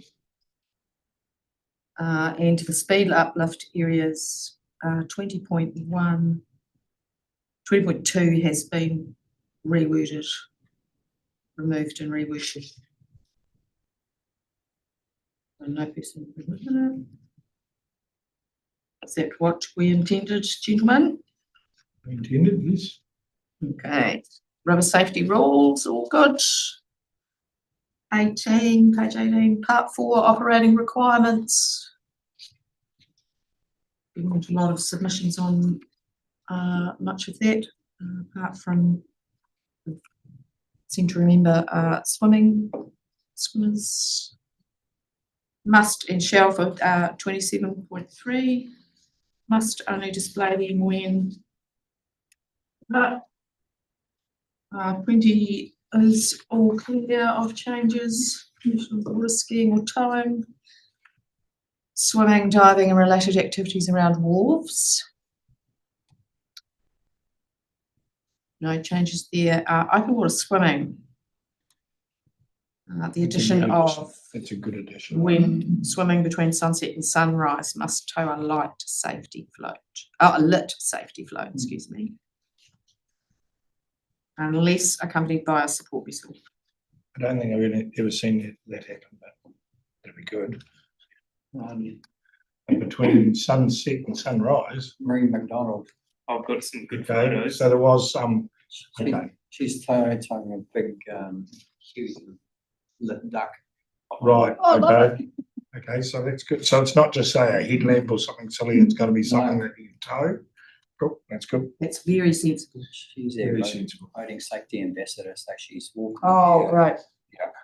Excellent. Oh, well, that hopefully is setting a good example. Part 5, anchoring and mooring, vessels to be adequately secured must. Be comfortable with explanatory notes. There's moorings, slight change there with an addition of B. The owner of a mooring will at all times be solely responsible for the position, maintenance and security of that mooring and ensure that the mooring remains fit for its purpose. Can't believe that wasn't there. Well, it's a matter of liability, is it not? Well, we have had So, some good work done on moorings. Yeah. But the owner of the mooring is responsible. So, If I may, Madam Chair. Yep. Is responsible, response to the submission by the Bluff Yacht Club. They were concerned about moorings in Bluff that were causing a hazard to the, Those are holding pots over near Tiwai. So there weren't moorings. Yes, and I understand that there has been discussions with the fishing industry around whether those can be moved somewhere else. Not a lot of places for local commercial fishermen to actually store their holding pipes out of the way of the main navigable areas, the shipping channel, places like that. So historically, they've always been in that particular place. And I think it's more about the Bluff Yacht Club streamlining in around those Okay. particular areas and where they hold their regattas and their races. But we're still engaging with them to see what we can come to a reasonable. So you are engaging and it's good with them, that's fine. Yeah, just looking at their original submission, they wanted a new reserved area with conditions that keeps the area and channel in front of Bluff Yacht Club clear of moorings. Right, so that's Yeah, that is, sorry, you're right. but staff recommendation was that while a reservation is not considered the appropriate mechanism to address this concerns, the new mooring provisions in the draft bylaw provide clearer direction for the harbour master to manage unsafe moorings. So those moorings in front of the Bluff Museum they're all old legacy moorings and it's quite complicated. Also within Southport's footprint. So historically there should have been the policemen that are telling them no, you can't put your mooring there. And part of the consent process is they're supposed to approach Southport for approval prior to applying for a resource consent, which hasn't been done over the years. So you as a policeman can do something about that using this bylaw?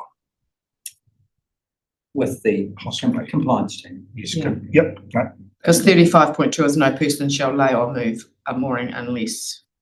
Consent. Yeah. But it's already been laid there, that's a kind of a separate issue. Yeah. Okay. Yep. Up with it then. 24, part 6, hazardous activities and cargoes. Don't recall there being much submitted about those. No changes in there.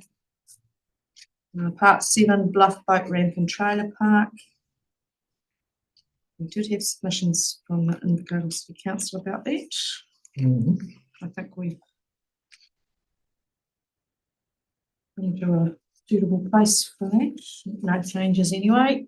Part 8, administrative matters, liability of the council. The addition of 44.1D, any damage to a vessel which results from the position, lack of maintenance or security of any moorings approved by the harbour master. The council shall not be liable for, which ties in with the previous. Okay.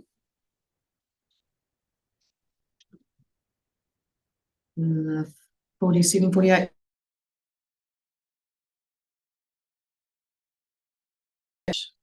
Part 9, no changes there for page 31.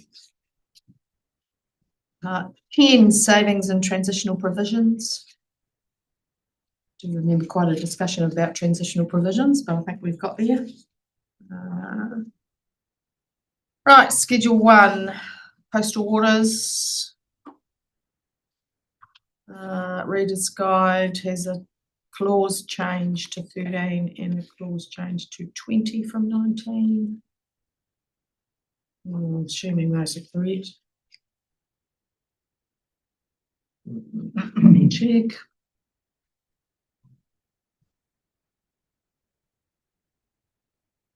Yeah. And some page numbers to go in there. Is that correct?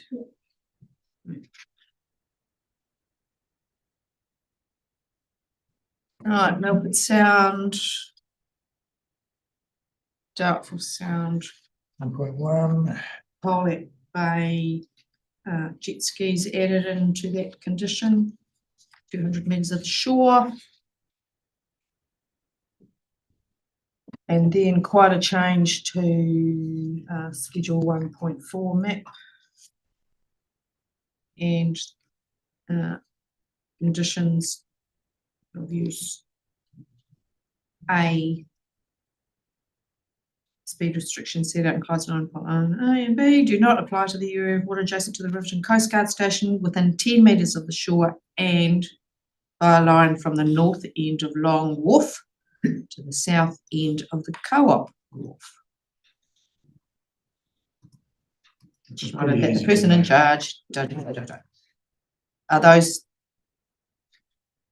okay with those? I don't think we got any submissions on that, did we?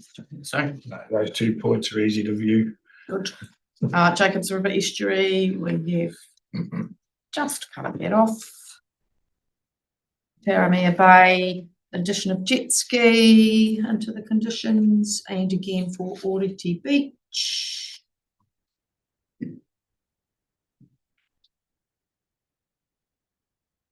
Tortoise Harbour, Porpoise Bay A, jet skis, Porpoise Bay B,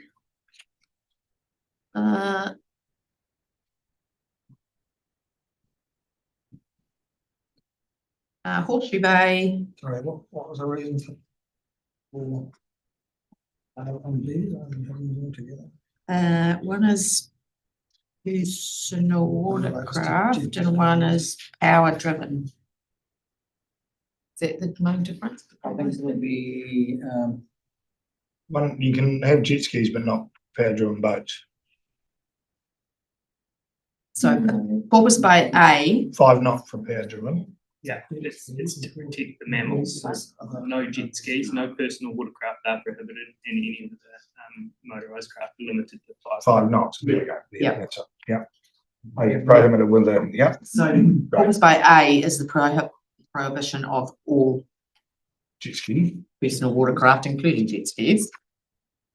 And Porpoise Bay B 5 knot limit. is a 5 knot limit for Power-driven power boats. driven. There's a word missing there, isn't Professional power driven. It's Yes. Absolutely. Power driven power driven vessels. It should be if we're slippers. Power driven slippers. there? Vessels. Vessels, or is vessels the right word? Craft. Watercraft? I think it's, I'll just copy what we've got in the other ones. I think it's vessels. yeah, Yeah. sort of consistent. Yeah. Well, it's watercraft on the previous one, but it's That's because it's the jet ski. because it's jet skis, right? Vessels. Horseshoe Bay.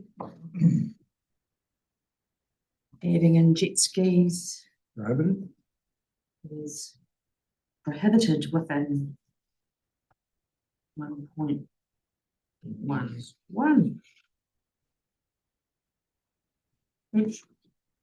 Half Moon Bay, again, jet skis.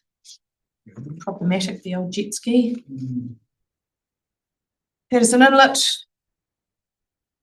I was wondering why you'd want a jet ski in there anyway, but Yeah. somebody might, so we need to make sure we cover them off. Right, Schedule 2, inland waters reserved and restricted use areas. Just a couple of page changes there, and then there'll be some. Are the ones in yellow, Jess, are they to be changed still, or are they mostly?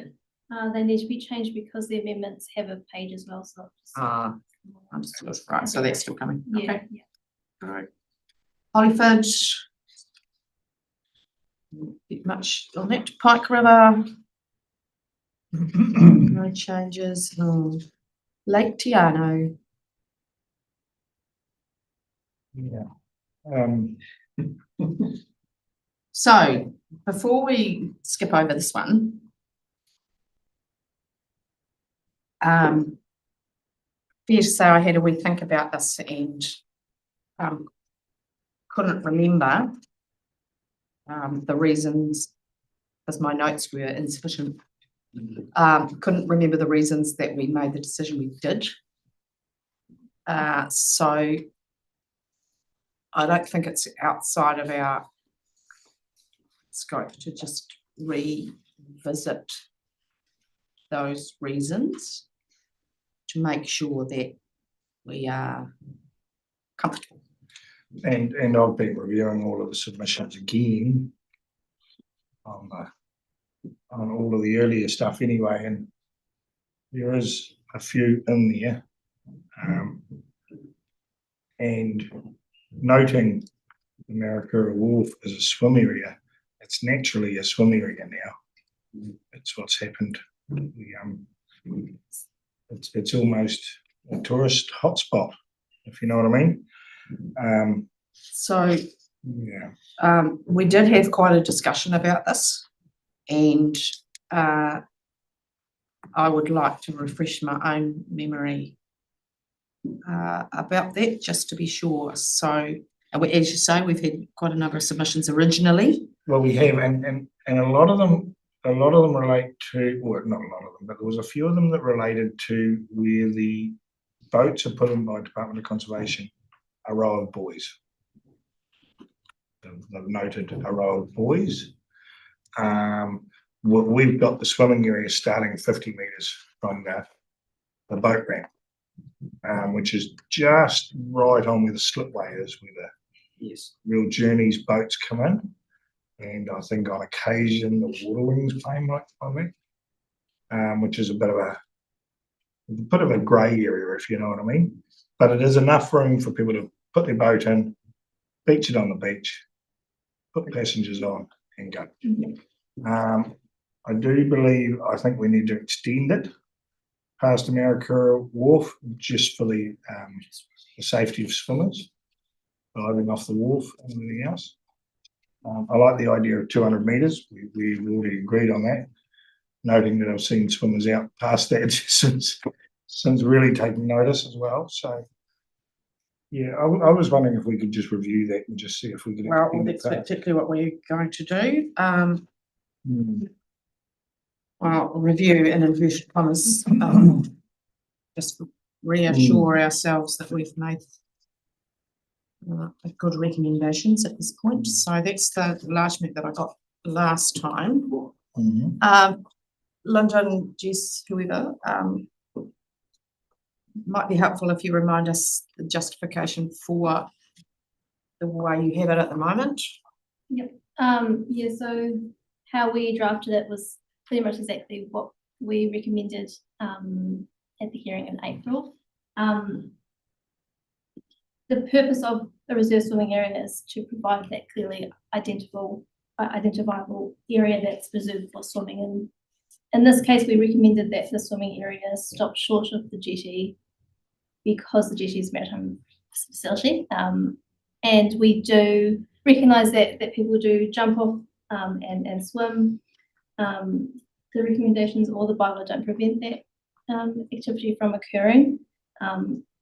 When we were forming the recommendation, swimming out from the beach at Stemmers Beach and jumping or diving off the jetty were considered different activities in different locations, which, yeah, and it's the same around the country. People always jump off jetties and wharves and things. It's just the purpose of the reservation is to provide that dedicated swimming spot. And I think in the submissions it did note that the jetty is in regular use for powered vessels, which is an identification that the jetty is used for that purpose as well. So it did make it really tricky for us to come to that. I guess, yeah, it really just comes back to the purpose of that reservation, because we wouldn't want to recommend something that would essentially maintain the status quo when you're getting into exemptions and things like that.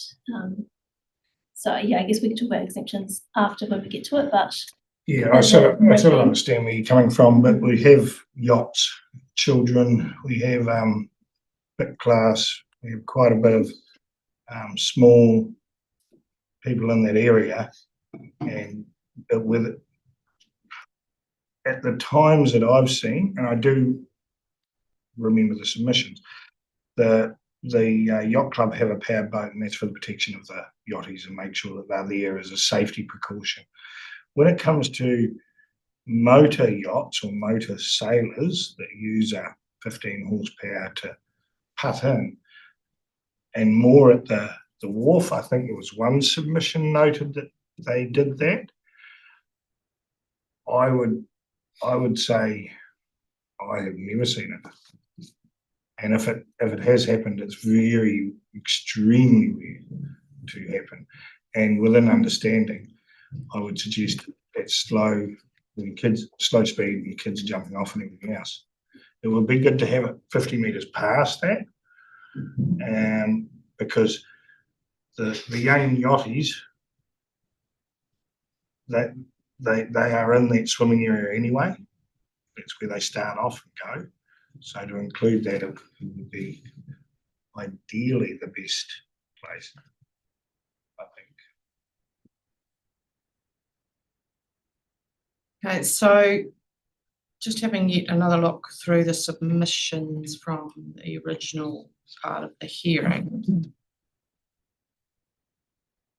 The request, just help me get this right, because I've read it about 20 times than the main request was to extend the safe swimming area sideways so that it included the jetty, correct? Yeah. We've already suggested that it be 200 metres rather than 100 From the shore, yes. from the shore. Yeah. So the difficulty that I had in my own head was the 50 metres between the jetty and the safe swimming area. I understood it at the time. So have I got it right that submitters would prefer to have safe swimming all around the jetty, regardless of who's using the jetty, but the jetty users would prefer to keep the jetty a little bit isolated so that it's safer for the swimmers and for them? Have I got that right? I think, yeah, there's two parts to it. Submitters want the jetty included. In the second part, they want it included, but they want certain vessels to allow to operate in that area and towards the jetty. So there's two different parts. So I've got, sorry, Chair. We've got a few submissions, and one here is I strongly recommend the passive area non-motorised craft extending to the point south of the Maracaibo Yacht Wharf, i.e. the entire length of Steamers Beach. The whole area should be designated recreational and passive, only exception being yacht club support boats. It is heavily used by swimmers, stand-up waterboards, families, tourists as one of the few foot land access, vehicle access, significant sheltered beaches along the lake. Boaties have access to beaches over the remaining entirety of the lake. Exclusion within this small area should not be a hardship. That was one, and the other one was, 150 metres west of Steamers Beach boat ramp, a row of buoys extending from the shore in a 90-degree angle out 200 metres, allow motorboat access to the part of the beach, not for skiing, and that's a highlight, which is the skiing part. Reserve swimming area extends to 50 metres west of the Maracaibo Yacht Club jetty. Maracaibo Yacht Club to be allowed to operate the motor powered rib and rescue launch for club activities. Within a reserved area. And that's a safety thing. And then there was another one that also brought up the buoys, identified buoys, great but better signage and marker buoys identifying the area. This is an area of concern for locals. Provide adequate signage in there. The locals. Well, another one, but geez, the writing was so small, I don't know if I can read it. Councillor Rodway, did you have something? Just want to read it. To ask? Well, it seems to me, and I think that the original submissions are consistent with this, that they are requesting that the jetty is included in the restricted area. But they are wanting safety vessels to operate in that area to rescue people that might have, jumped off the wharf and can't swim very well, fall out of their boat and can't swim very well. Training, whatever. Particularly those ones that fall out of their boat. So I would certainly think that there's some merit in that. A lot of people use that jetty. I know where it is, but I haven't been there much to see what use is made of it. But you know, they are the people that use the area a lot. So I would support extending the area to the western side of the jetty, and providing for safety vessels to operate in that area, if that could be worded somehow. How could we do that? I think in the context of their submission, they referring to safety vessels being supporting learner sailing, not so much to rescue people from jumping off the jetty. So it would be, in that case, you would have your reserved area across the jetty, but that learn to sail and the support vessel would still be operating in that same spot. Yeah. It's to rescue people that fall out of the yachts. People jumping off the jetties. For their activities. So we currently have in the original part, we've looked at 32 open water swimming. And within that, we've got the activity of water activity. And all when swimming between sunset and sunrise must tow a lit safety float unless accompanied by a support vessel. So we've got that already situated in place in a swimming area or a passive area. That's at night time. So, well, yeah, but still the That's same. It's out past 200 metres. Okay.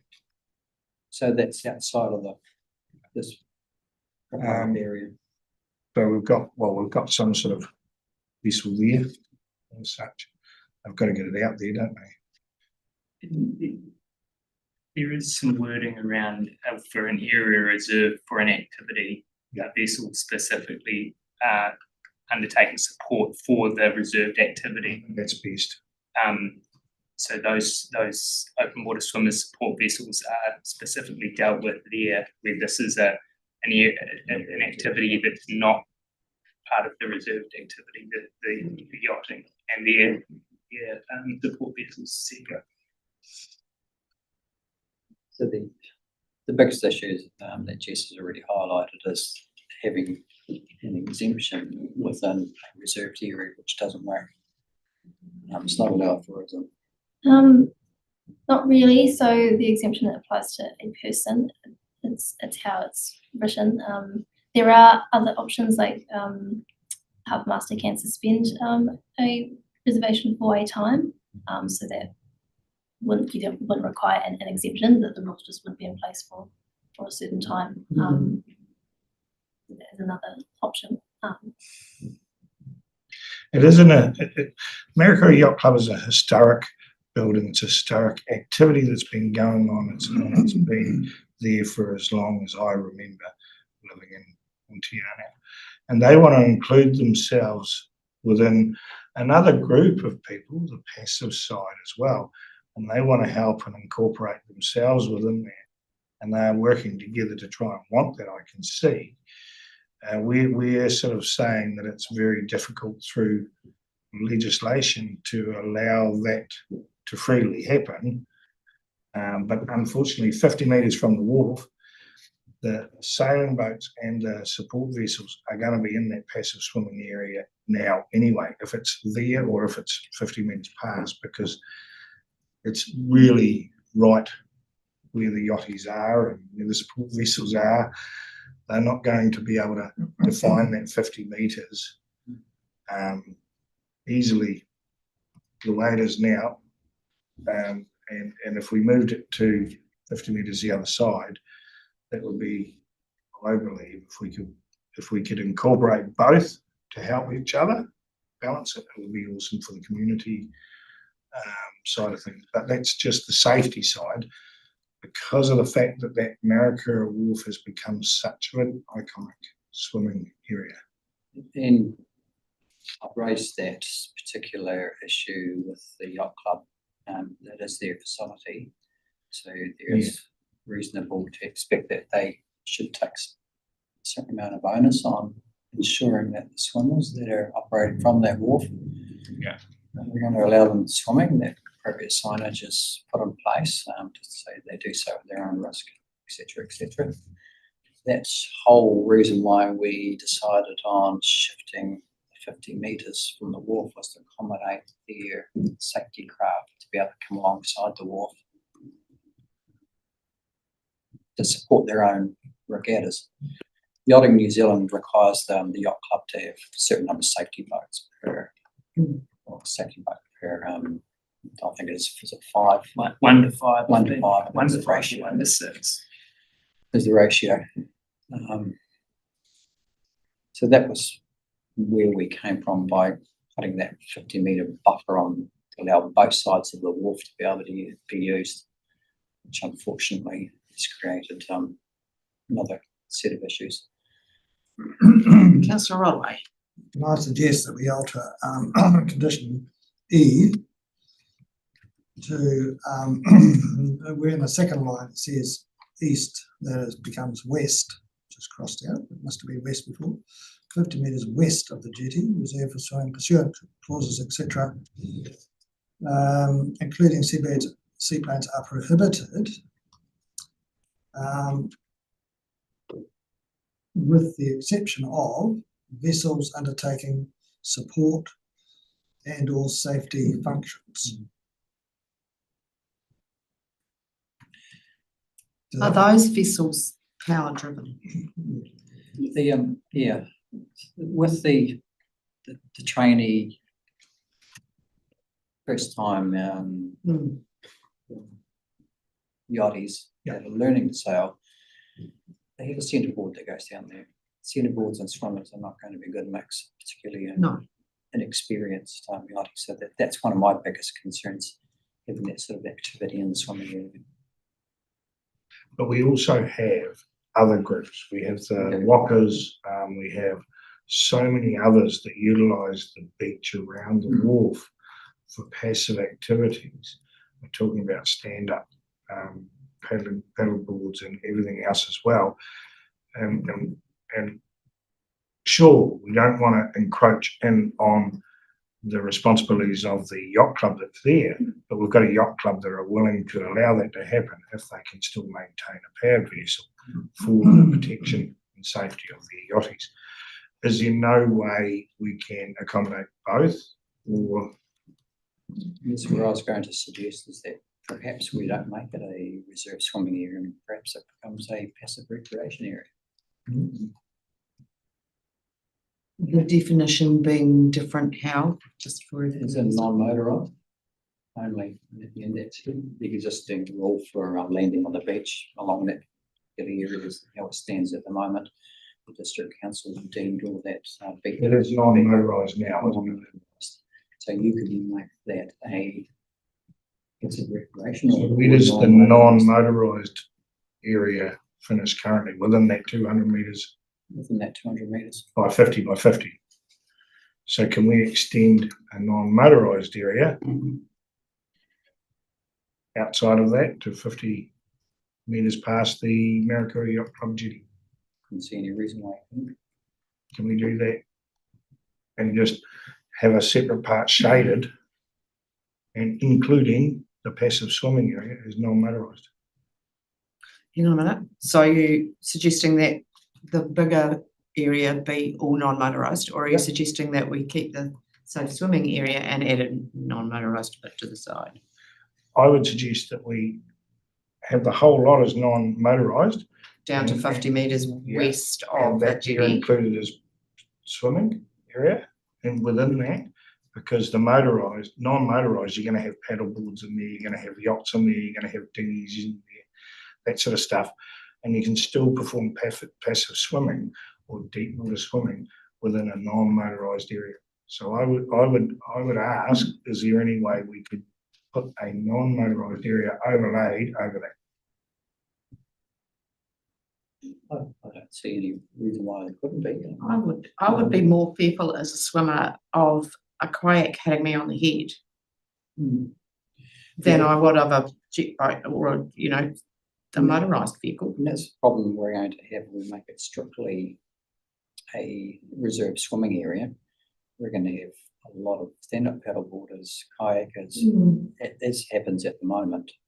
You're going to get it anyway, aren't you? we are going to get it anyway. So what we're doing is trying to define it that it is. But it's not safe.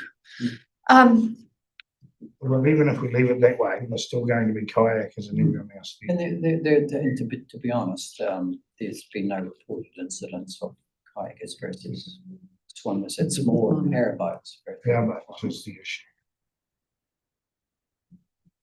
What a safe swimming area within a passive recreational area work. So do the recreational swimmers go out past Yes, we do. 200 or 100 metres? I'm sure there's, I mean, so I'm just thinking out loud, I guess we could still maintain a swimming area, like you said, and then just maybe you could reduce it a bit and then have a passive reserved area going to the jetty. So there's still those two things provided for.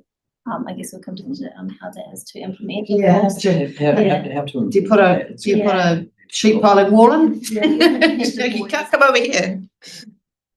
The main thing that we'll lose if we go to a passive recreation zone that extends east of the jetty and incorporates all of that is we'll lose a reserved area which provides a safe place for swimming only. And so there's lots of people that have got boats and lots of people in the yacht club and stuff, but then there's also lots of people that don't have any of those things and they just want to go to the beach and go for a swim. And so regardless of which way we go, I think it's really important to have an area which is set aside just for swimming. And our sort of vision was having that clearly buoyed off. So for us, you know where the buoys are, and if there's a boat on it or in it, we can go straight over there and say, out. And for a vessel that's come from out of town, they're not going to recognise the difference between a powered rib with the yacht club and any other powered vessel. So they see one boat in there, and the next thing we've got encroachment by a whole lot of other people who aren't, and it would be very difficult for us to be able to tell who's who, whether or not they are involved with the yacht club. Then we'd have to enter in with our vessel, which would be creating another risk for potential swimmers and stuff. So I think it's really important to recognise the historical significance of the yacht club and the service they provide for all the people there in the community. That being said, it's also really important to have, maybe it's not best to have that entire area buoyed off with yellow buoys and only for swimming. Potentially we've got 50 metres from the boat ramp out and half of that distance specifically for swimming that we can buoy off, and then the rest is something else like a passive or I'm not sure how we'd word that, but yeah, once again, the difficulty is going to be enforcing it. We don't have anybody permanently stationed on them. I think it's No, we're talking about the national safety. We're talking about the safety, and that's where the community, I would suggest, all the submissions were saying, is the swimming, the idea that it is a passive area, and people can swim and dive off the wharf and do all of those sort of summer things. But you know, the deep sea swimmers are actually doing it in winter. it's But you know, I see that happening at the moment. Well, that's how it happens at the moment. There's a mix of all sorts of swimmers and also stand-up paddle boarders, non-motorised, and it seems to work really well. So I don't know. in terms of safety, the swimmers are the most vulnerable, right? In my head. And so, and there are few places in the lake where you can safely swim because I can't get there or it's too cold or whatever, and too dangerous, right? So I get your point about wanting to ensure that we're providing for the most vulnerable group as far as the swimmers. But I also appreciate that the people who want to do the other things need some space where they can not worry about the swimmers as well. I mean, it's better for their enjoyment when they're not having to worry about whether that's a head or a set of legs or whatever. So finding a way that's safe for both sets of users. Can we put a narrower, this way narrower swimming area buoyed off with a passive area beside it work? Well, I mean, it's certainly doable.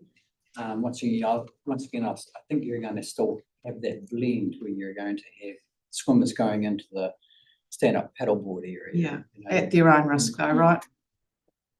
Yeah. Is it workable? No, in that respect. I think it would, if it's defined as passive recreation, and that includes things like the learning to sail program, and they have their support vessel, they wouldn't need exemptions, and that Yeah. activity would be allowed if it was passive recreation, and then you could have your smaller swimming area just reserved for that. So it could work. Would that also cover off the people who are leaping off the jetty with great abandon? If that area, or that passive recreation area Yeah. came past, Yeah. But they also can still there have would still be a risk. support vehicles. You're talking about two. Yeah, so I'm talking about kind of splitting off, maybe, I don't know how far that is, I don't know what distance that is. Enough of it, maybe. To 50 metres west of the jetty as passive recreation, and that part is safe swimming. I would suggest if 50 metres of the jetty is there, and this long white line there, Yeah, that's still 200, yeah. that's your passive, No, that's that's your swimming. well, I'm talking about cutting this off here. So, Okay. so that you've got a slightly thin long. Another thing I do know, the likes of Prue Fraser, she likes to swim out to the 200-metre buoys, the one at Dock Corner. She'll swim from there to the far 200-metre marker at the other end, backwards and forwards. They like a point to swim from and to. Not in and out. But Not in and out. along. No. And I do understand that, but the simple fact is one swimmer, the safety of one swimmer is really, really important. Correct. But to shut down a large portion of the lake for that one person, his activity is almost not fair. It's trying to find that balance, isn't it? Nothing against the deep sea swimmers. If we can provide them an area that's, as I said, 100 metres from the Marakura Yacht Club wharf down to the Steamers Beach point, out 200 metres, and then the other part, passive part, comes along to 50 past the Marakura Yacht Club wharf, it would be around about the same size for both. Does the Certainly do it. forgot the name of it now? The recreational zone need passive. Thank you. It's getting late in the day. Need to be 200 metres. So I that mean, not ideally, but you could set any, and I think you like what's more practical, but I suggest it probably would would be. be helpful if it was all the same distance. Yeah, wouldn't exactly. it? As a 200. 200 metres from the shore is a known distance. Yeah, People sure. have got a pretty good iometer for that Yeah. when it comes to 5 knots. And there's boys. And there's already buoys, so you can look along them and know Right. where Okay. you No, are. easy peasy. That's fine. And I think that the splitting of the two activities, because with the learn to sail, we look at it as a non-motorised activity, but under Yachting New Zealand rules, they must have powered vessels with them. So in reality, it incorporates power-driven vessels. There's no way around that. So the learn to sail and a reserve swimming area don't go together. And we need to try and split them in a way that it's fair. Can I show you? How often would they need a support vehicle in there for learning to sail? It has to be on site whenever they're on the water. So, and how often is that? Every week, every day, I think they do at least one evening sail per week. So that's one area there. over the summer? Yes, that's right. Yeah. And then I think when I haven't personally seen them, but you know, looking through lots of their photos and stuff, sometimes there's enough of those little moon sailboats. So this is your That need basic 5 or recreation 6 area. power-driven vessels Take No. it there, there's one of to stay at the those- required ratio. So having those two Well, they're gonna be in areas, here anyway. the idea of a line of yellow boys, and we have it really clearly, so the family can come down, the kids can play, mum and dad can sit and read a book, they don't have to be like, what's that boat doing, what's that boat doing? So that goes back to the original setup, or are you talking about having a passive? In 2 areas, I think. I think there's probably there's a way to make something really, really good for everyone. Yep. And it probably needs a little bit of like what you would have sketched out there. I mean, as long as you know. So the deep water swimmers don't need the first 100 meters out. They need to go to deep water. They need to go out from 100 to 200 meters. That's your deep water swimming zone. That needs to be their zone, because the beachfront is going to be passive use anyway, because they've put a floating jetty in there as well for people to jump off, and people paddle board. There's the sauna there now, where they go into the cold water as well after having a sauna. There's all these other activities that are there. There's barbecuing, there's swimming, there's, you know, there's going to be paddle boats, there's kayaks, there's whatever. But the deep water swimming area could be 100 meter out to 200 meter out along. You could do it that way, because they don't need the shoreline to 100 meters. That goes against what the principle of their brief or their ask was. Their ask was for a safe passage for deep water swimming. Because that's what it is. It's deep water. It's not. That's why they didn't want to swim 50 meters from the shore. So we're wanting to provide for the swimmers, and wanting to provide for the non-passive, non-motorised recreational vessels. And we just need to decide on how much of an area for each. So we've got 200 metres. I mean, I think it would be difficult legally to reduce the 200 metres there, because that's not what anybody's asked for. So what we need to do, in my view, is to add a non-motorised area, which incorporates the jetty. It's separate from the swimming area. There's always, and there's still going to be a blend. There will be. There's going to be a blend It's- even in the swimming area. It's a given fact, isn't it? Yeah, You know, so we it's- can't avoid that. So if that's the case, is 50 metres to the east of the jetty sufficient? And then 50 metres to the west of it. Yeah, so given that the blend is going to be on that eastern side, You'd have to, on that western side, you'd have to go right out to the point, and so it encompasses that whole. So 100 meters. this bit here, Yes, because at the moment that's used by recreational boaters that. so should it be further, should the swimming area be slightly I smaller? don't think you can do that. No, Okay, you just make this go that way.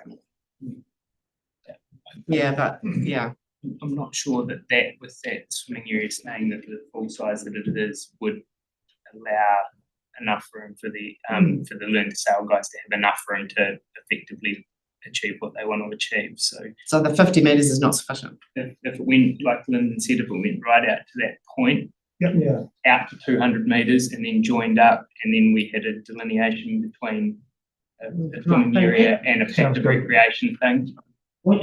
I would agree with that.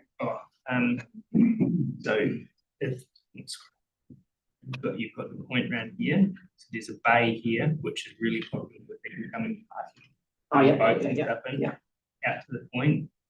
And if we went out to the 200 meter zone and then along and keep this line where it is, we've got the yacht club here, their launching ramp where they launch their vessels and all that stuff, and all sorts of stuff. And then we have wherever this delineation is, how we break this up, whether we went like this, and then this is passive, and then this is swimming, And then it gives the open water swimmers enough room to be somewhere that they're guaranteed to be safe. And if they want to exit out of that, that's when they increase their safety by towing a float. Yeah. Like caps, all that sort of stuff, and then that would allow them to still swim down here, but outside of that area, they would have to, they've got some area to be guaranteed safety. And that extends that bleeding area a wee bit so that there's So you're going less. here on the weekend. Yeah, so coming up that little beach area, Yeah. which goes out to that point. So that would still only be two defined areas, wouldn't it? It would be the Yes. swimming, safe swimming, and passive An recreation. area reserved for swimming, and then a passive recreation zone. Yeah, I would be happy with that. And then, because if I mean, we're trying to please two different groups here, so. Yeah. I would be happy with that. well, and we're trying to keep both groups safe, right? and then our moving around the areas and what is and isn't allowed in them and stuff, we just have to be careful. Is it workable? Also, that's the other point. You guys have got to I think make it's it, extremely workable. make it operate. The client side of things from a Yeah, exactly where you've got it there. Gone flat. Yeah. It's almost too late. yeah, perfect. I mean, you look at that, it's almost perfectly half and half, really, isn't it? It is. And no boaties go around there. No, it's pretty rocky, it's shallow. No one's going to beat your boat on there. The thing with the that current yellow bit, which is the current reserved area for swimming, a lot of those submissions, the original one and the queuing submissions, talk about the importance of that area along the front of things beach there because of the and a southerly and stuff that provides shelter. So whether we can go that way a bit more with passive. So we're also talking that we have green grass in here, we have the bird park in here as well. We have a lot of activity in here, it's environmental and natural as well, in this wee sheltered bay. So people don't go in there with boats, people don't access that with paddle boards and everything else, that area. And because it's got green grass, it's got those lovely things called eels. People don't go swimming. So just for Jess's benefit, Yep. you're happy with the line from that point? The red one. 200 metres. Yep. And then eastwards to 50 metres past the wharf. Yeah. And then, So where So that, that's- yeah, so that's their passive recreation so where zone. that yellow bit currently starts is 50 metres from the wall. Yeah. So that would be the swimming, Yes. and so that would just remain the same, and then that new area would be from that yellow bit down to the point. Yeah, I'm just And circling back to any mention of the steamers wharf and whether. Yeah, so swimming There was areas, also rubber buoys that's mentioned a few times in submission. we have to put boys up here. Actually, that brings us back to Mr. Glenn's concerns is that they're learn to tell guys, really wonder that what we're proposing here, the swimming area. That's why I wondered if you wanted me It's- to cut it. can we reduce the swimming area a bit further, Slightly, like another 50 metres or something that's like what I that, was thinking. just to give Another those 100 sailors metres. a little. Yeah. Yeah, that Yeah, might- that's what I thought too. That That would make it about 200 metres square, actually. And then 100 to the jetty and then another, That line is right there. yeah. No, I don't, nobody's asked us to reduce the size of the swimming area, have they? No. Haven't the submitters asked us to do that? Well, it just, I guess if we're Just to looking increase at, it. accepting submissions that require that support boat, it would be an option to be able to provide for that. Yeah. But they've still got 50 metres from the wharf to the swimming area. So if you extend the passive area to that point, then they've both got a sort of similar area. I'd be a bit concerned if we tried to reduce the swimming area. Given the submission. I don't, but accept that we are extending the swimming area out to 200 metres No, from we aren't reducing it at all. 100 or whatever it was, 150. We're So we're actually, extending it quite a bit.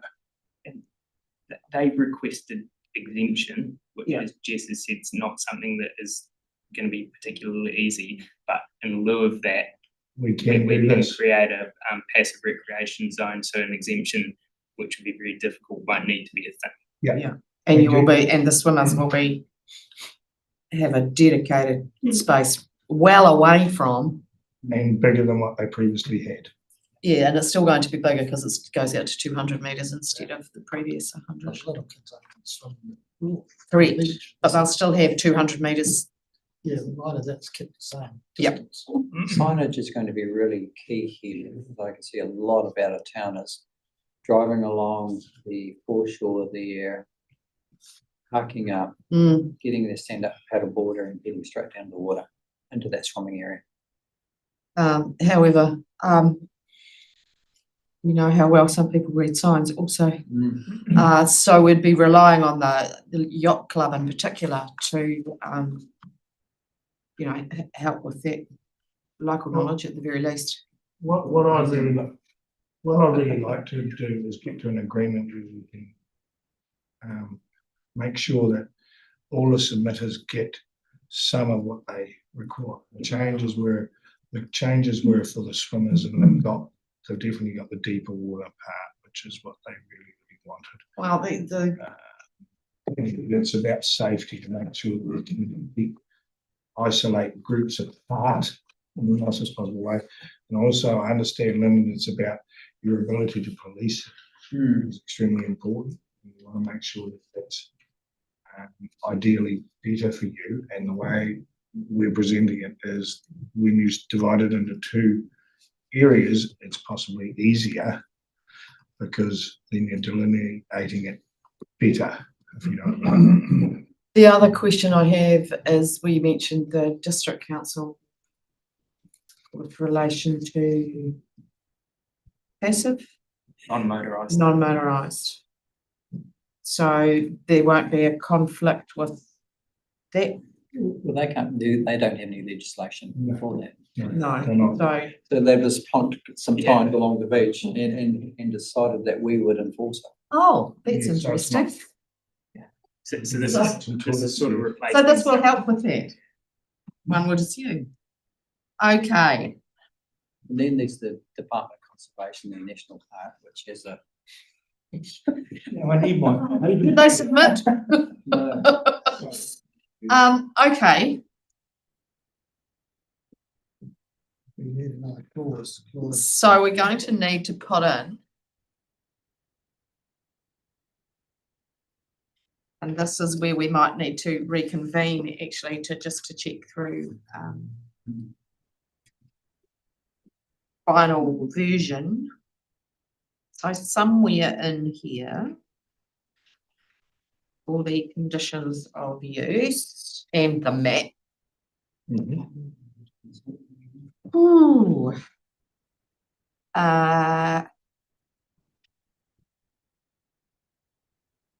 I'm going to leave that to Jess because it's quite complicated. These access lane things and blue gun point references and Are you comfortable with that? Yeah, so I would just have to, I can keep E, I'll just have to change the boundary, but there would have to be a new clause drafted for that passive recreation. yeah. And I will double check the rules around support craft as well before we finalise. Yeah, great. So the access lanes thing Oh, doesn't need to that's- change? No, Or that's all it's- good. Yep, Yeah. okay. Right. I think it now makes safety sense and enforcement, supervision sense. And somewhere along the line, blue gun point changed from lagoon point. Oh, don't confuse me even more. Broad Bay It's was- getting late in the day. Broads Bay. There was there's a typo. Ah, Where did I see it? No, it was just a word missing. Oh, D. But it might be being replaced anyway. All that is east of, or was, or should, whatever. It's just a word missing in the edges.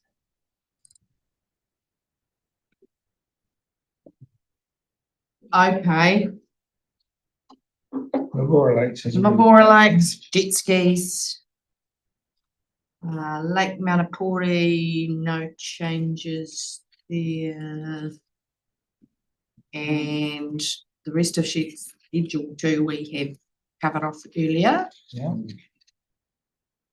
Takes us to schedule 3, prohibited anchorages, and there were no submissions on there even, I don't think.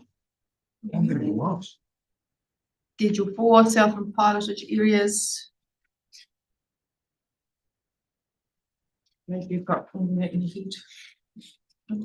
Schedule 5, I think Councillor Rodway's got a question about this. Do you want to go? Do you want to go there or not?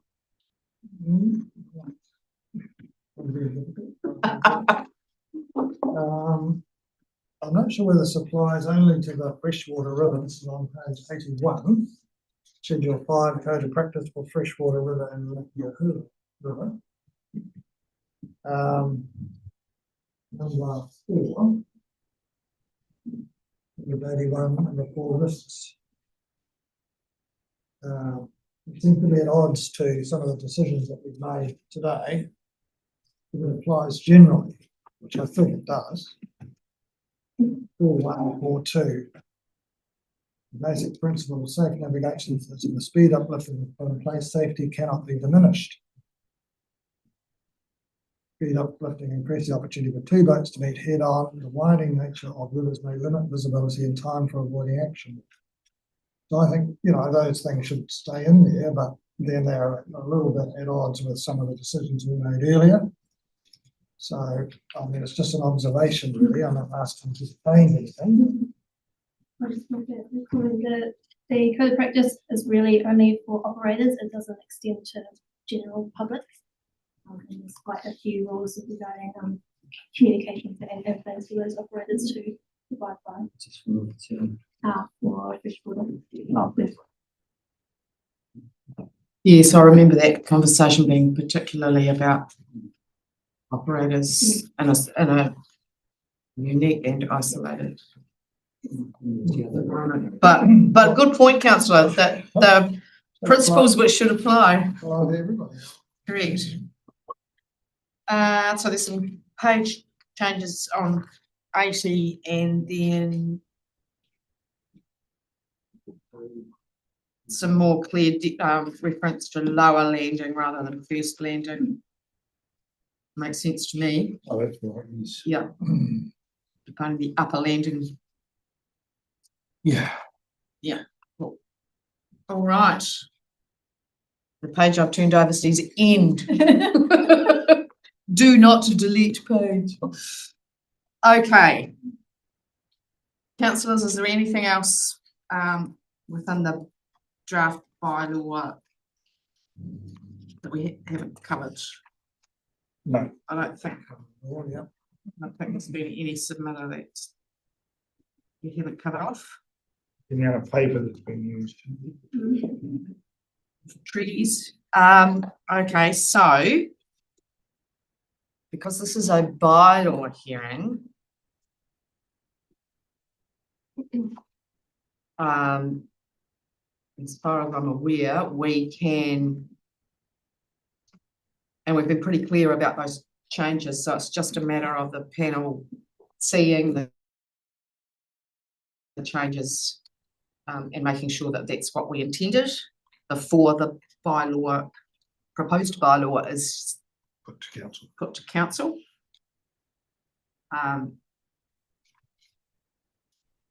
So timing is my next question, Jess. Could we, the council meeting is the beginning of September, Yes.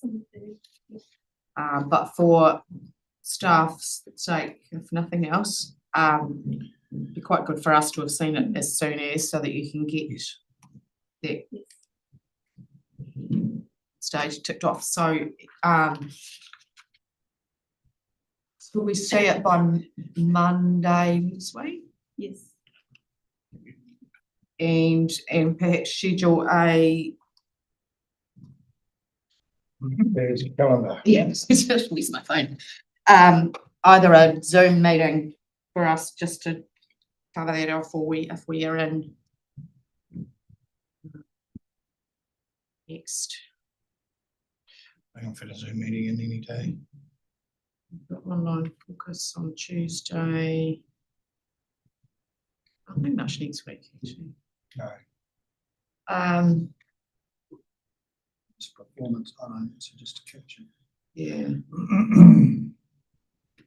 and you won't be in town, will you? No.